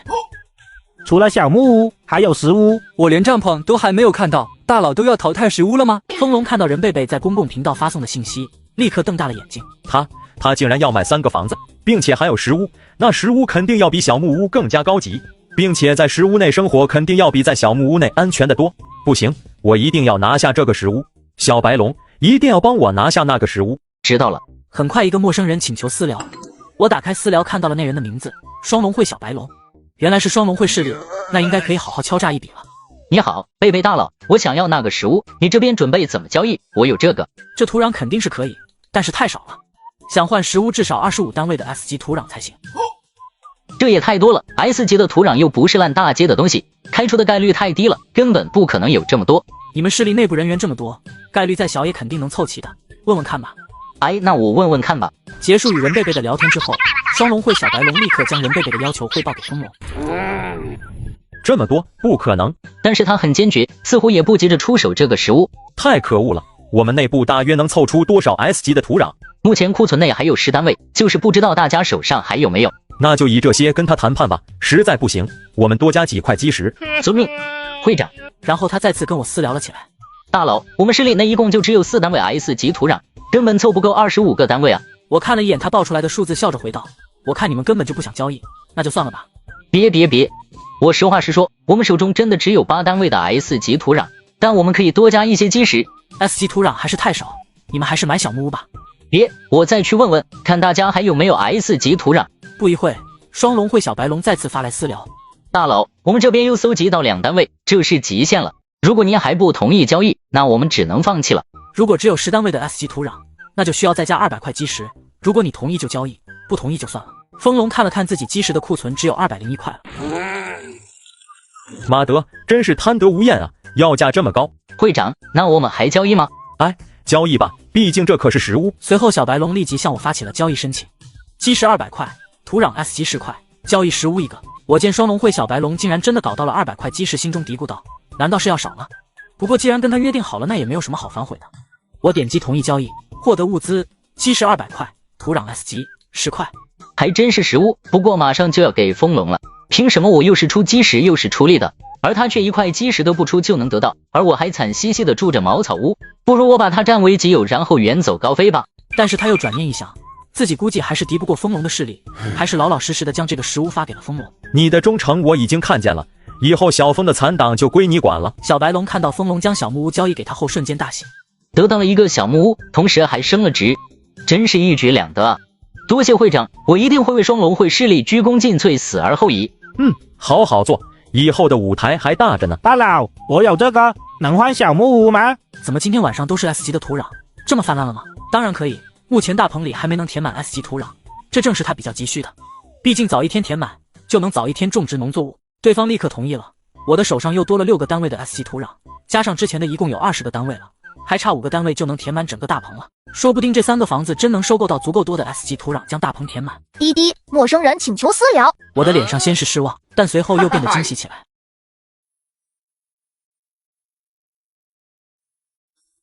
在吗？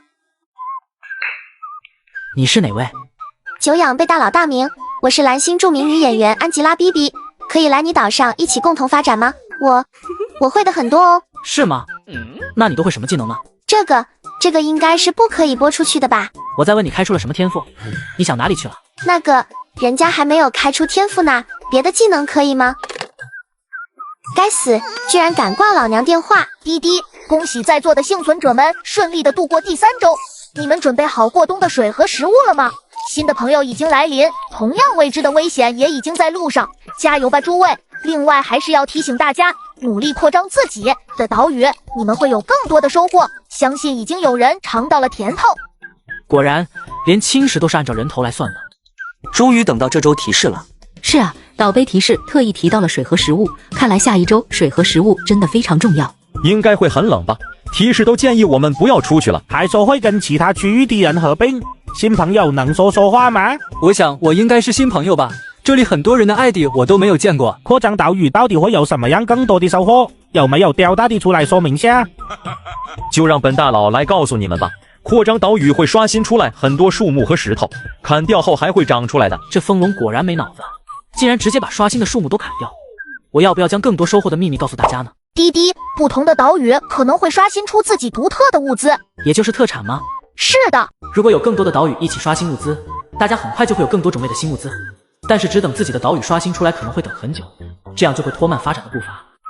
各位，我是任贝贝，现在我无偿跟大家分享一则消息，请大家多加注意，对我们以后的发展非常重要啊！贝贝大佬要讲话了，大家都安静。是啊，还是无偿奉献，大佬的格局就是大。关于岛杯提示，岛屿面积越大，收获越多，指的并不是那刷新出来更多的树木和石头。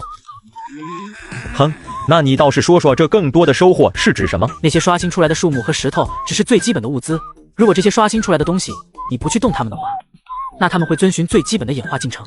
整个岛屿的面积越大，演化速度越快，比如树木会演化成树林，然后基于树林会演化出树林内的一些植物、动物啊，还可以这样？大佬的虎肉不会就是这么来的吧？都别插嘴，仔细听大佬说，这都是大佬的经验啊。当然，这里面风险和机遇是并存的，如果个人实力不够大，就要自己去干预岛屿的演化，比如把刷新出来的树林砍掉一些，破坏继续演化的条件，这样就能拖缓演化的进度，不然演化程度越高就会越危险。如果真的刷新出来一只老虎，你们就要考虑下，是你们把它吃了，还是会被它吃了。大家可以自己考虑下如何平衡这个事情。我并没有把可以人工干预出高山和淡水河的事情说出来，总要给大家自己探索的机会。剧透狗真的很讨人嫌。我一直以为任贝贝手中的虎肉是从物资箱里开来的，没有想到竟然是在自己的岛屿上搞到的。那他的岛屿演化程度已经非常高了吧？真是恨不得把自己的手给剁了。每天刷新出来的树木和石头都被我费劲巴拉的砍掉了，累得够呛不说，还把自己岛屿的演化给耽搁了。任贝贝，你既然知道这个，为什么不早说？谁不是一点点摸索出来的？我说风龙，你这也太霸道了吧！就是贝贝大佬都无偿告诉我们这个消息了，你还不知足吗？那以后贝贝大佬啥都别说了，让他自己摸索去。对，我还以为风龙是个有格局有气度的人呢，原来也是一条疯狗，逮到谁咬谁。你说谁？就是说你怎么的？我记住你了，你最好祈祷我不要找到你，不然你死定了啊！我好怕怕，有本事你就来啊，我在岛上等着你。大哥，咱们内部聊天群好像瞬间少了好几十人。走吧，都走吧，那些墙头草根本靠不住，留下来的才是真正忠心的人。果然这个世界把我们分为不同的区了，我想打听打听舒兰爸爸的下落，如果能找到就最好。行，你去吧。哎，好嘞，妈，我也去，那就一起去吧。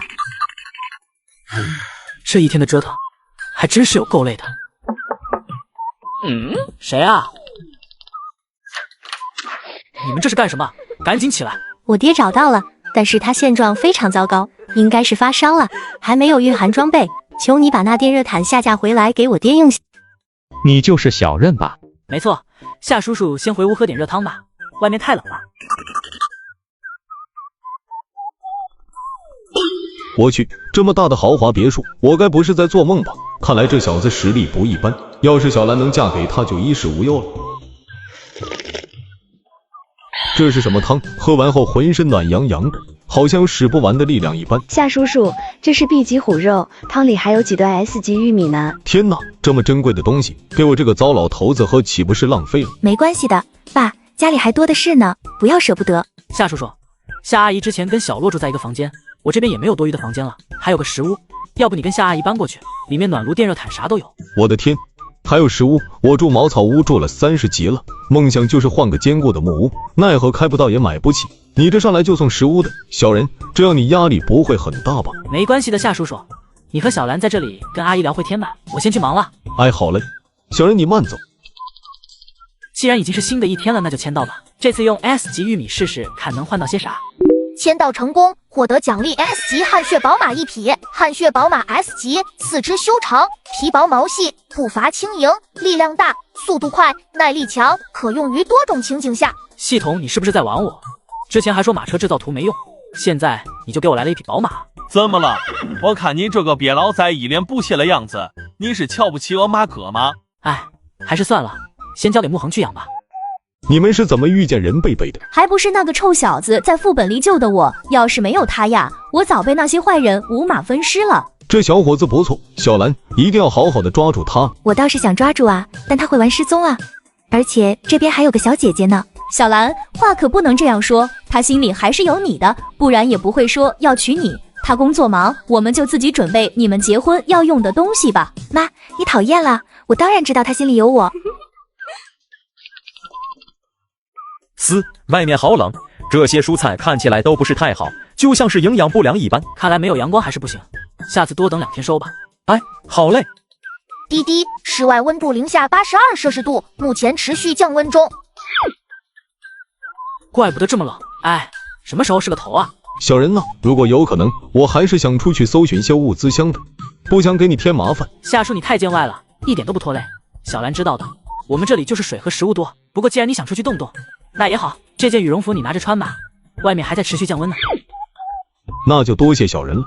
今天有人出去捕捞物资箱吗？出去个屁啊！这么冷，1件羽绒服肯定不行，2件羽绒服估计还差不多，但是穿了2件羽绒服还撒个屁网啊！还好之前我囤了一些水和食物，可以窝在自己的庇护所不动了，老老实实做个宅男真好。兄弟，你好有先见之明啊，我都后悔死了。现在水和食物都涨价了，都冷成这个鬼样子了，为什么那些海洋生物还是孜孜不倦地攻击我们的基石呢？难道他们不怕冷吗？你懂个屁！我们之前那个世界南极和北极附近的海域，海洋生物还少吗？是啊，所以说无论什么季节，这个世界总能找到活跃的生物来对付我们。难道就不考虑下我们人类活动的温度范围吗？做梦呢你！如果考虑我们，第2周也不会那么热了。嗨，各位，我刚刚出去了一趟，海面上都是大冰块。如果再过段时间，估计我们就可以直接去冰面上拉物资箱回来了。真的勇啊！你竟然敢出去！我套了3件羽绒服才敢出去的，根本没有办法捕捞。今天3个物资箱都离我很远。汪汪汪汪汪汪！大黄，怎么回事？小姐姐遇难了，快去海边看看。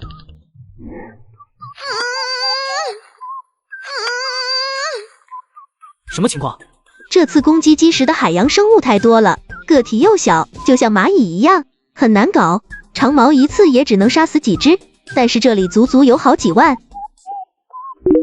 A 级极地磷虾种群数量众多，有生物荧光器官，可发出微弱的黄绿光芒，蛋白质含量极其丰富，营养价值极高。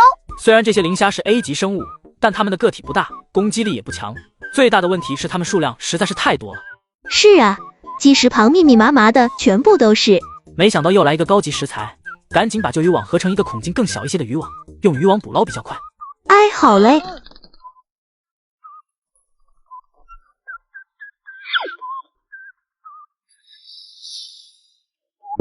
获得 A 级极地磷虾53.6千克，一共53.6千克，它们可都是 A 级食材啊！这小东西竟然是 A 级的，怪不得它们在海里这么敏捷。这些磷虾吃多少处理多少，其他的先养起来放在外面就行。厨房太热，它们可能会不适应。我们在外面怕冷，它们在屋子里竟然怕热，大自然还真是神奇。是啊，就是不知道这是大自然的力量，还是这个世界规则在背后瞎搞。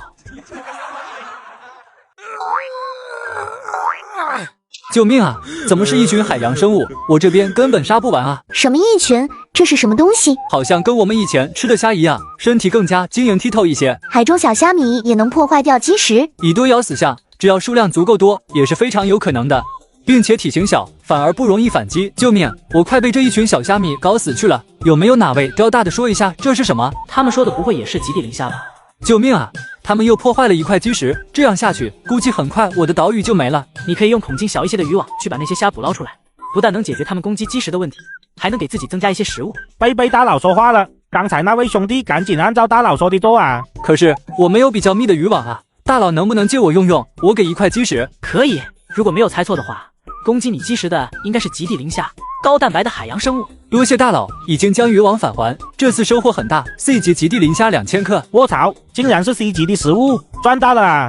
我靠，只是一块基石，不但化解了危险，还获得这么多 C 级的食材，羡慕死了！极地磷虾，请过来攻击我的岛屿吧！大佬，我可以分给你一些 C 级的极地磷虾，也算是报答你提供渔网的恩情。不用了，我们只是正常交易。其实我已经拿到了。大佬真是够大气的。什么大气？我感觉应该是看不上。你没看大佬都对外出售 B 级的食物，怎么会看上这点 C 级的食物呢？什么？有人对外出售 B 级食物？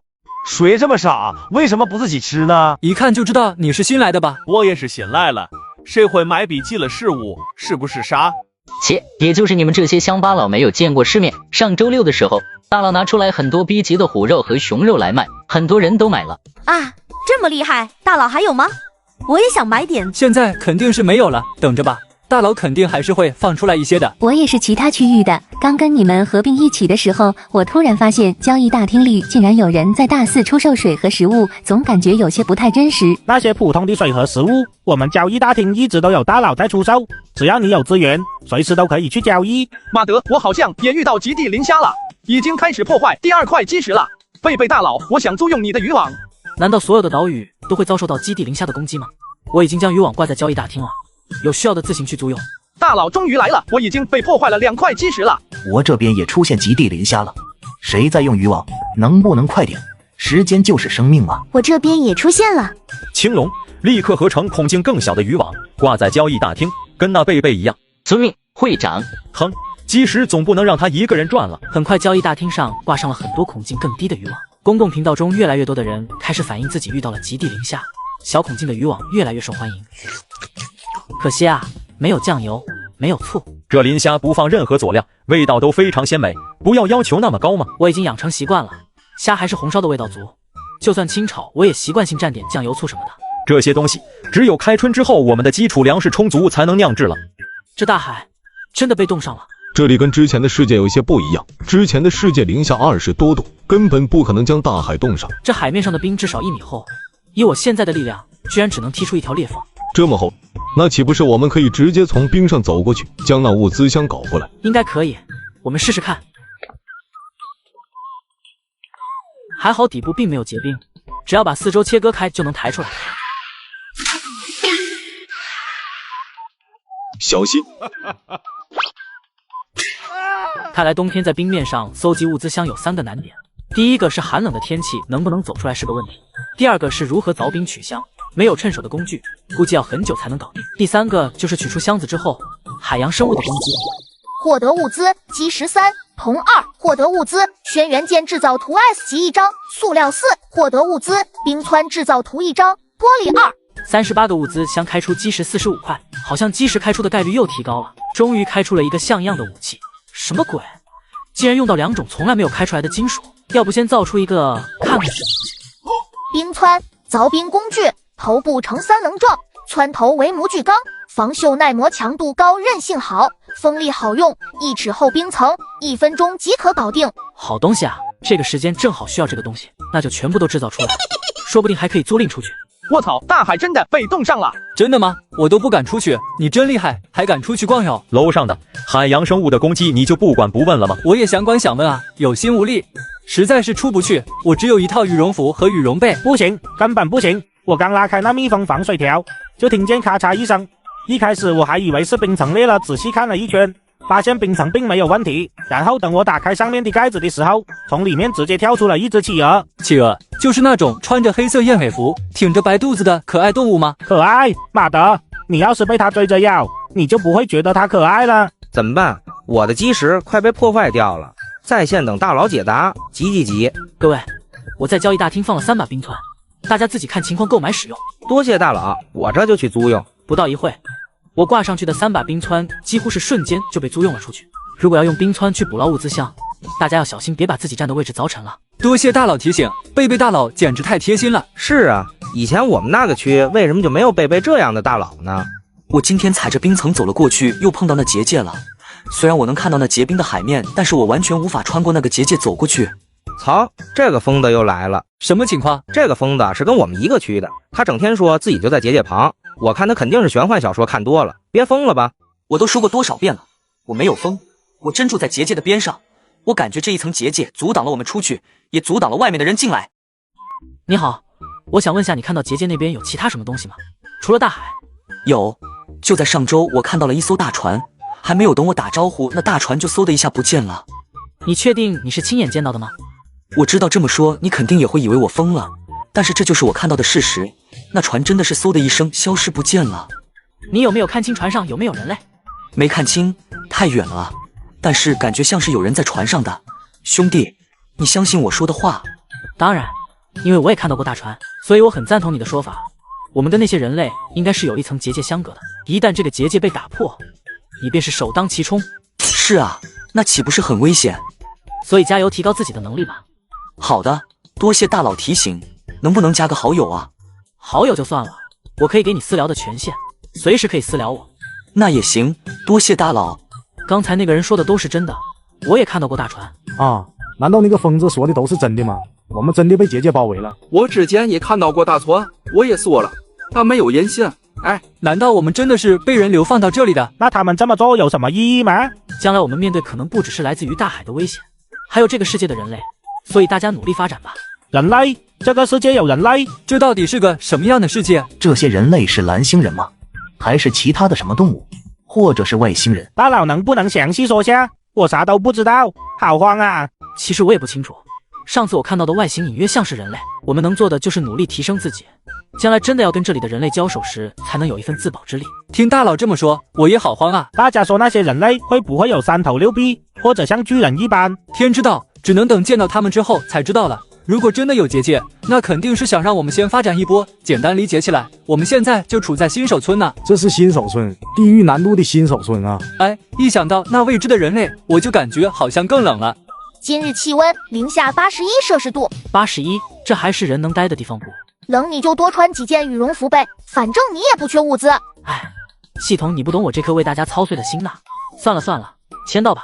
签到成功，获得奖励：升级卡 S 级，升级卡 S 级，可将 S 级以下的任何物品或生物提升至 S 级。是提升母鸡还是提升野猪呢？或者将那 C 级的净水器直接升到 S 级？有了，系统，升级我自己。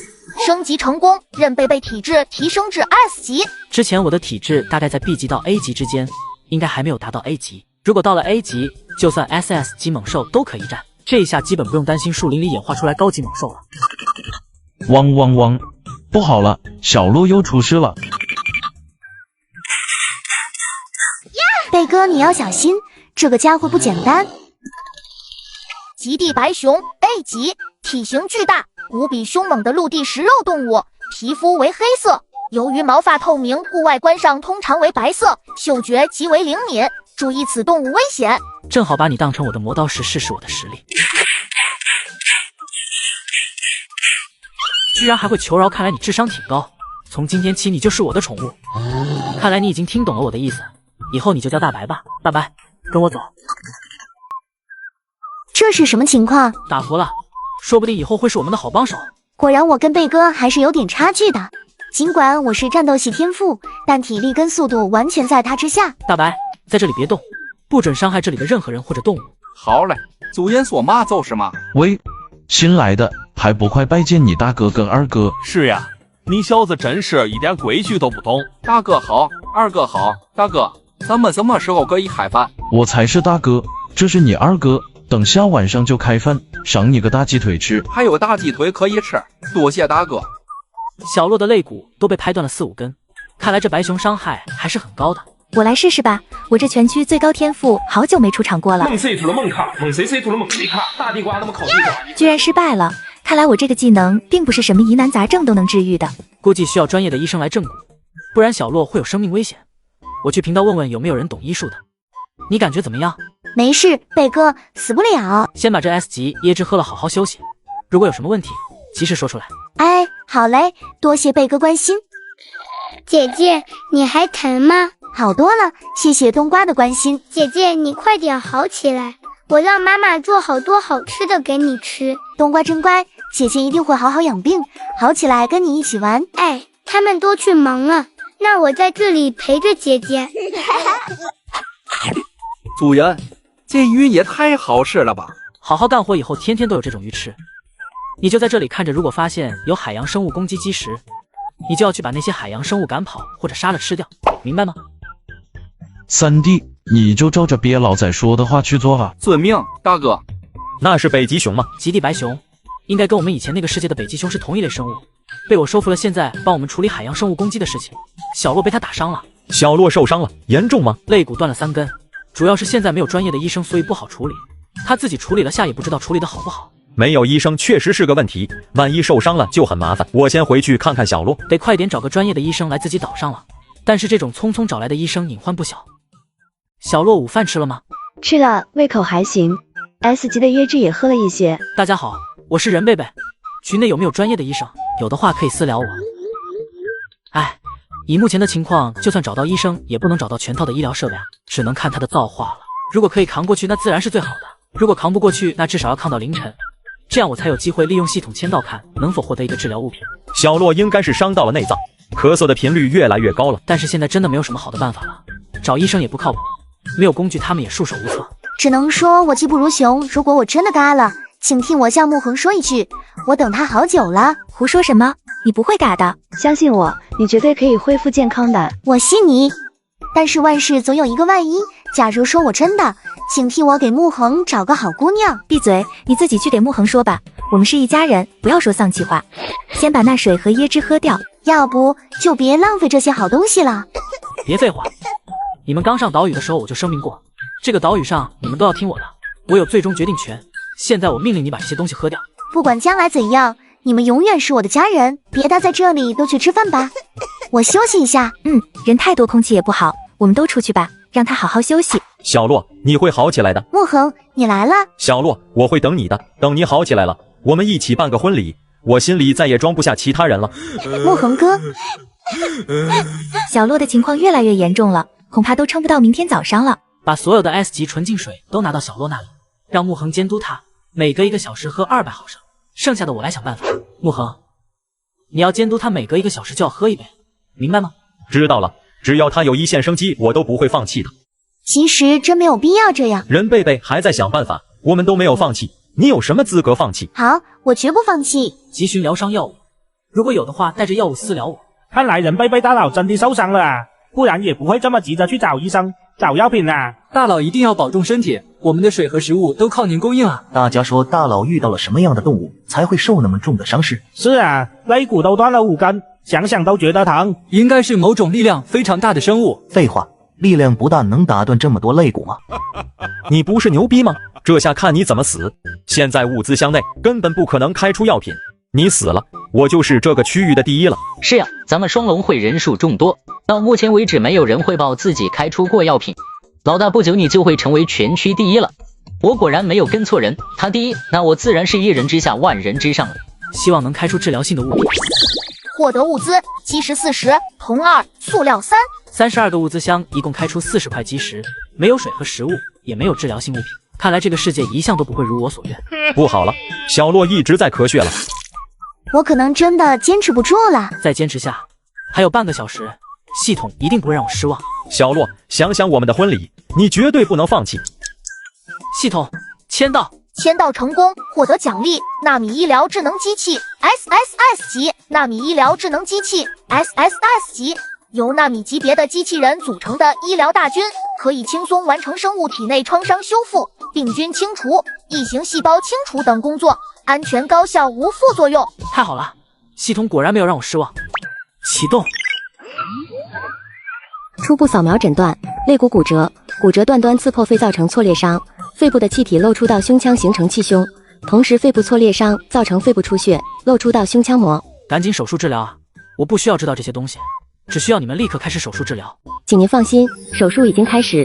如果您不需要诊断书，下次不会播报。手术成功率有多少？他会死吗？请您放心，这种小手术成功率是100%，病人存活率100%。这是什么机器？这么强大？这是纳米医疗智能机器。这些机器人有多大？有好几个尺寸，最小的只有1纳米，最大的达到1毫米。1纳米的尺寸做成如此精密的医疗机器人，之前那个世界的科技完全做不到。手术完成，预计患者将于20分钟后醒来，请注意及时补充营养。未来3天不能剧烈运动，待断骨完全愈合之后，缓慢进行运动恢复。这么快？这好像只用了不到5分钟吧？这也太快了点。果然不愧为 SSS 级别的机器，就是厉害。纳米医疗机器能不能给小狗狗治疗？当然，可以轻松完成生物体内创伤修复、病菌清除、异形细胞清除等工作。以后你就叫娜娜吧。好，娜娜很乐意为您服务。你醒了，感觉怎么样？我没死。你当然没死，我说了，只要你坚持下去，就肯定能活下来。刚做完手术，需要静养一段时间，别急。这是苏菲刚刚给你熬的玉米排骨汤，全是 S 级食材，喝下去恢复的快些。多谢，你又救了我一命。咱们还用说这些吗？好好休养，还要等你起来一起继续打猎呢。好，我感觉现在就可以。可以个屁！现在是半夜12点半，你愿意我们还不愿意呢。赶紧喝完排骨汤，老老实实的休息吧。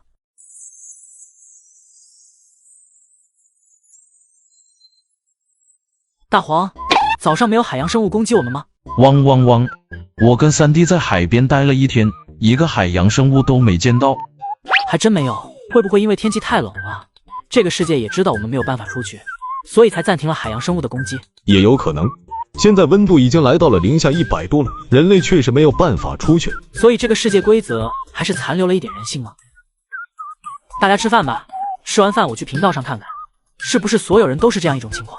这么冷的天，大家怎么都不来聊天了？难道还能出去吗？肯定出不去了，现在出去就是去找死。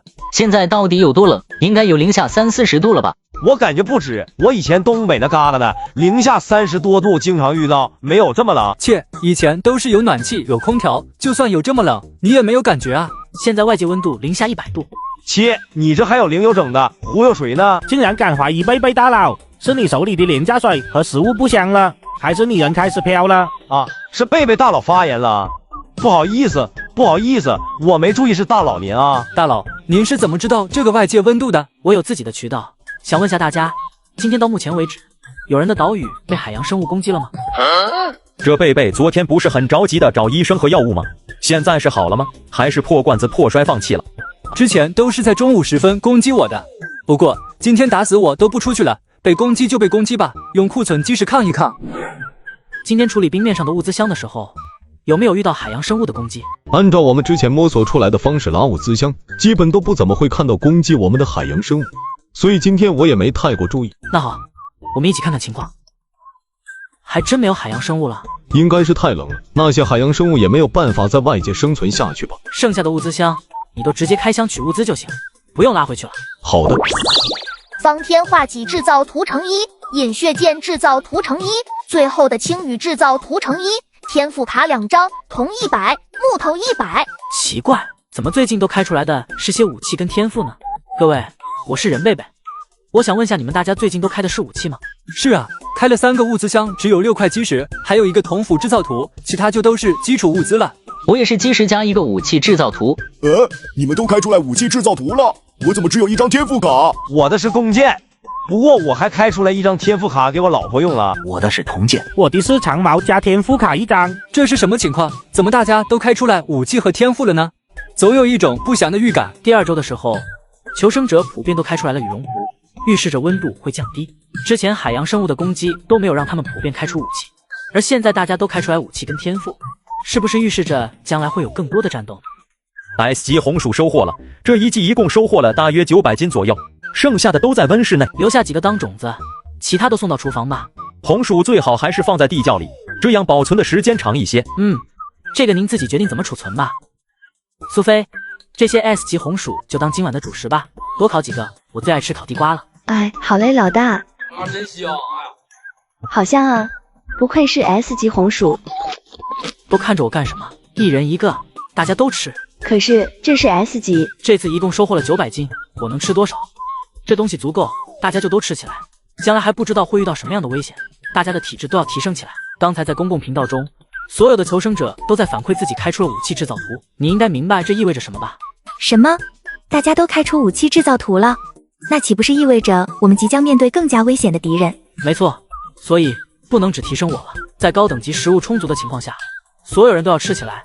如果不充足，优先攻击我就行。明白。哎，现在人人都有武器跟天赋了，以后还真是不得安生啊！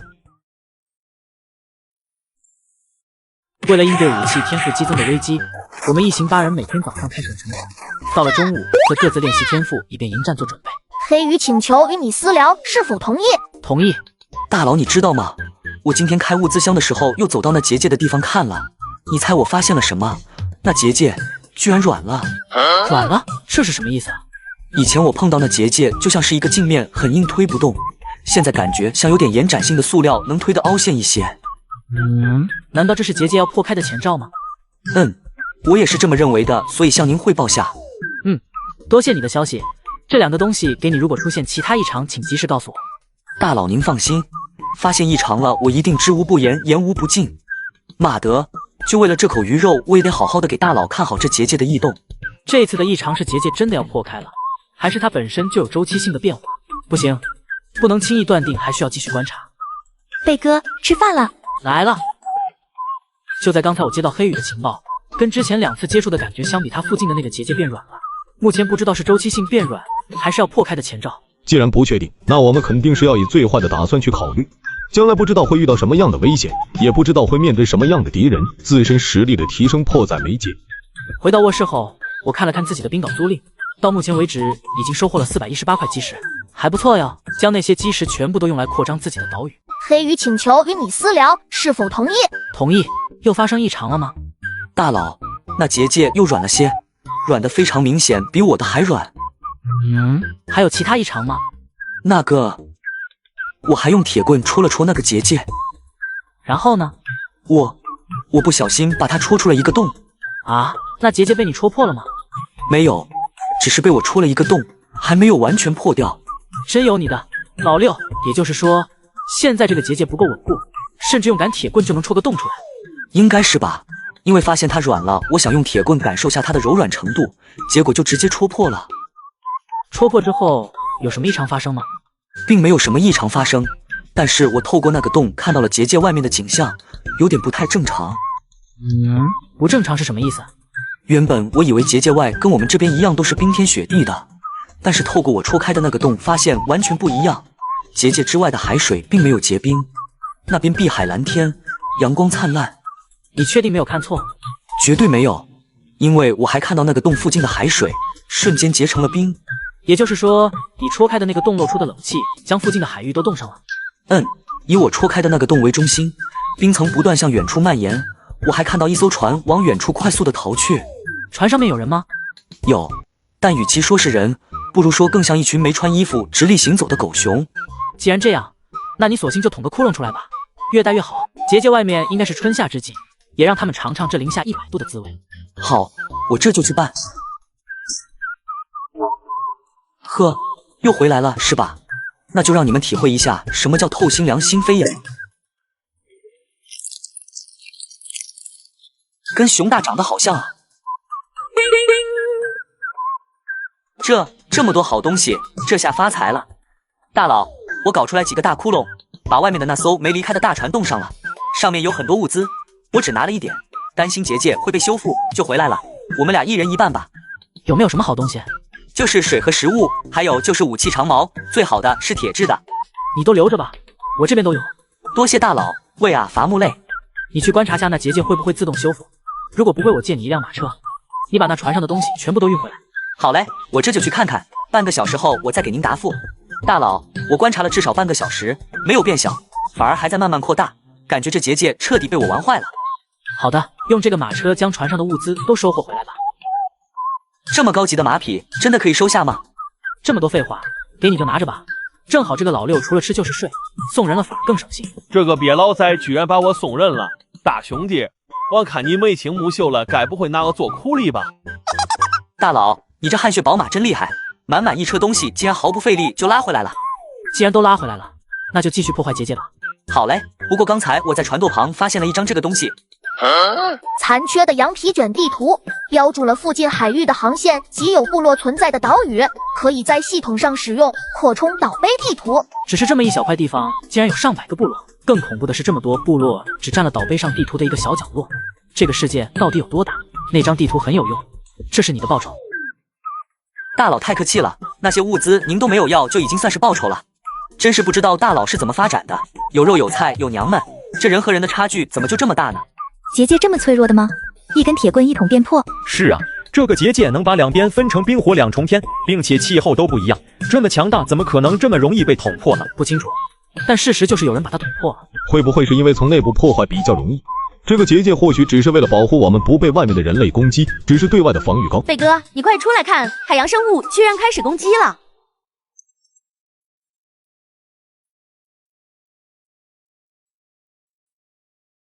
咦，大家有没有发现温度是不是上升了一点？外界温度零下62摄氏度，一下午提升了10度吗？会不会跟黑雨破坏了结界有关？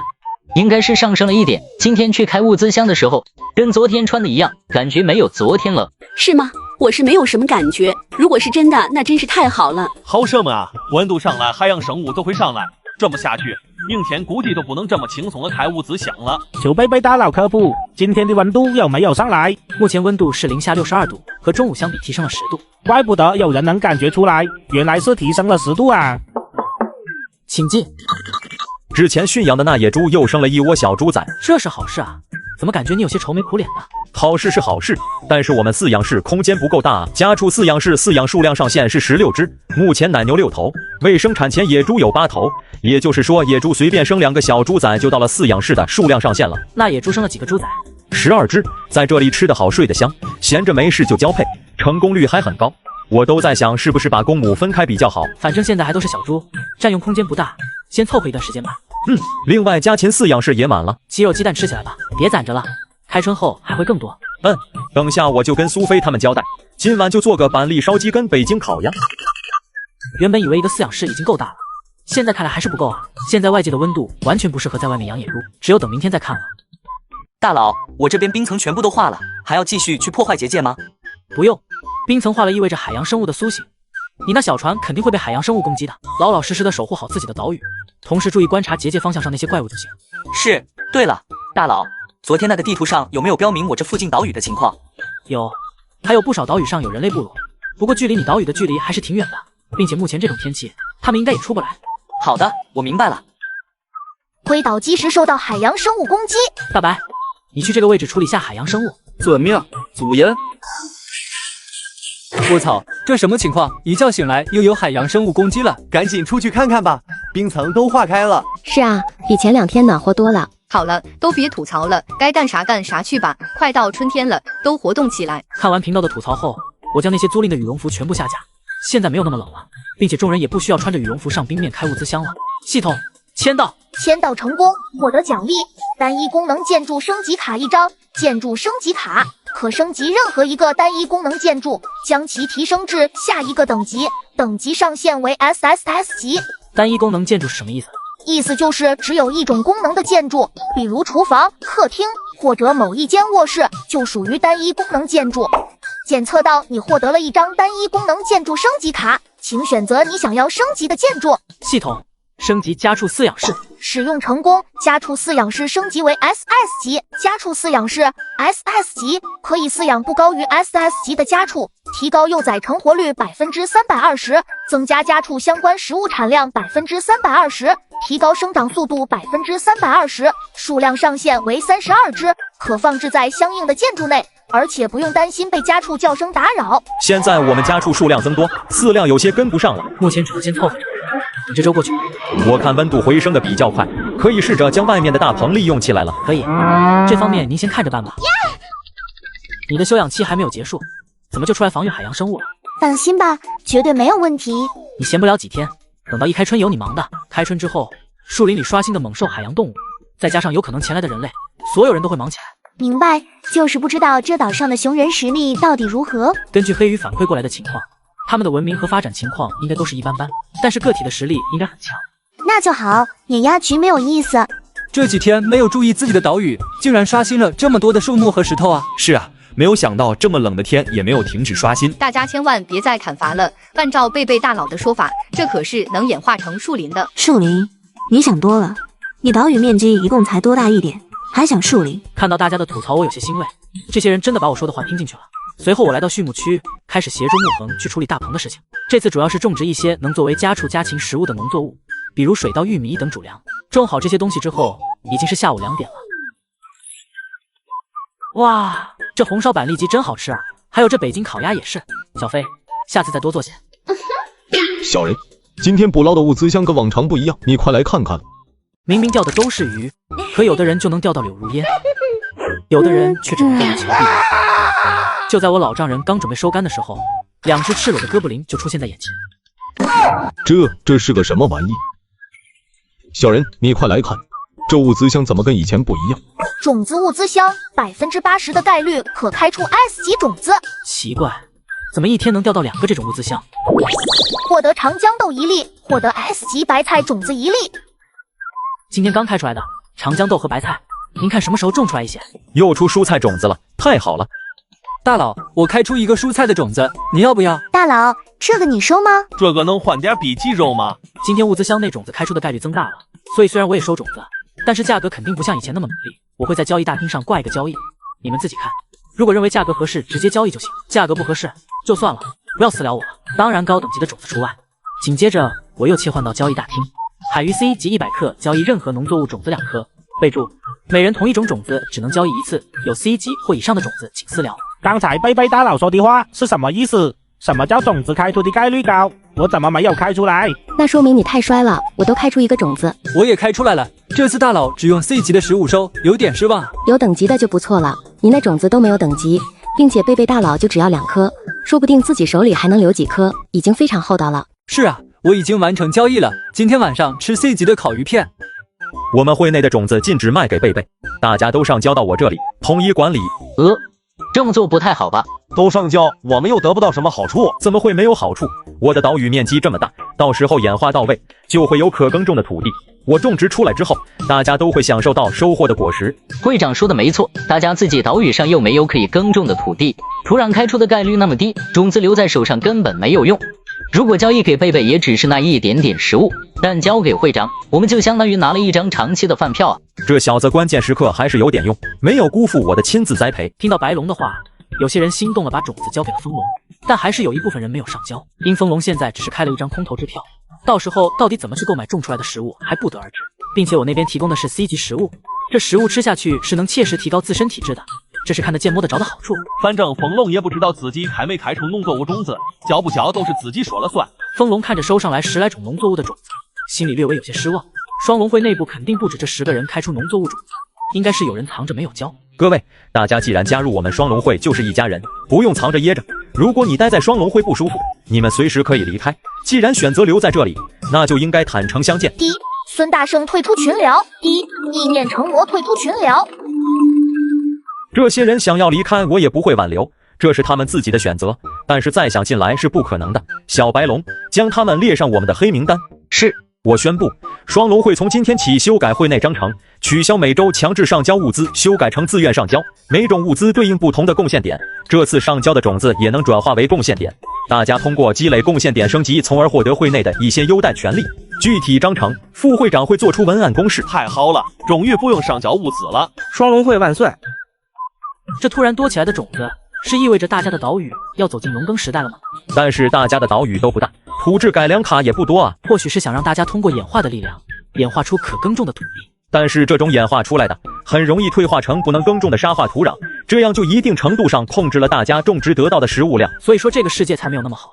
虽然让大家自己动手，但未必就能丰衣足食。这么想，似乎也就说得通了。怎么样，攻击次数没有提升吧？没有，还是36次，基本都是大白搞定的。汪汪汪！老六，要不是我指挥的好，他们怎么能那么快搞定呢？知道，还有你干的也不错。走，吃饭，一边吃一边聊。现在我们几乎搜集齐了市面上大部分的水果、蔬菜、粮食作物的种子，但是我们面临的新问题是土地不足。种子是够了，但是可耕种的田地没有，所以我想是不是考虑下将树林开辟一片出来，用于耕种？再等2天吧，反正现在就算开辟出来，也无法种植。等到温度上来之后，如果没有好的解决方法，那就毁林开荒。难道今天大家都开出种子了？大部分人都开出来了。我用 C 级的鱼肉收了一部分，都是普通的种子。这世界规则是让我们自力更生啊，应该是这个意思。但是这个耕可不好耕啊。是啊，土质改良卡还是太少，毁林开荒又需要演化时间，一般人拿到种子，投入和产出还真的不成正比。其实，你还忽略了一个更加重要的问题。什么问题？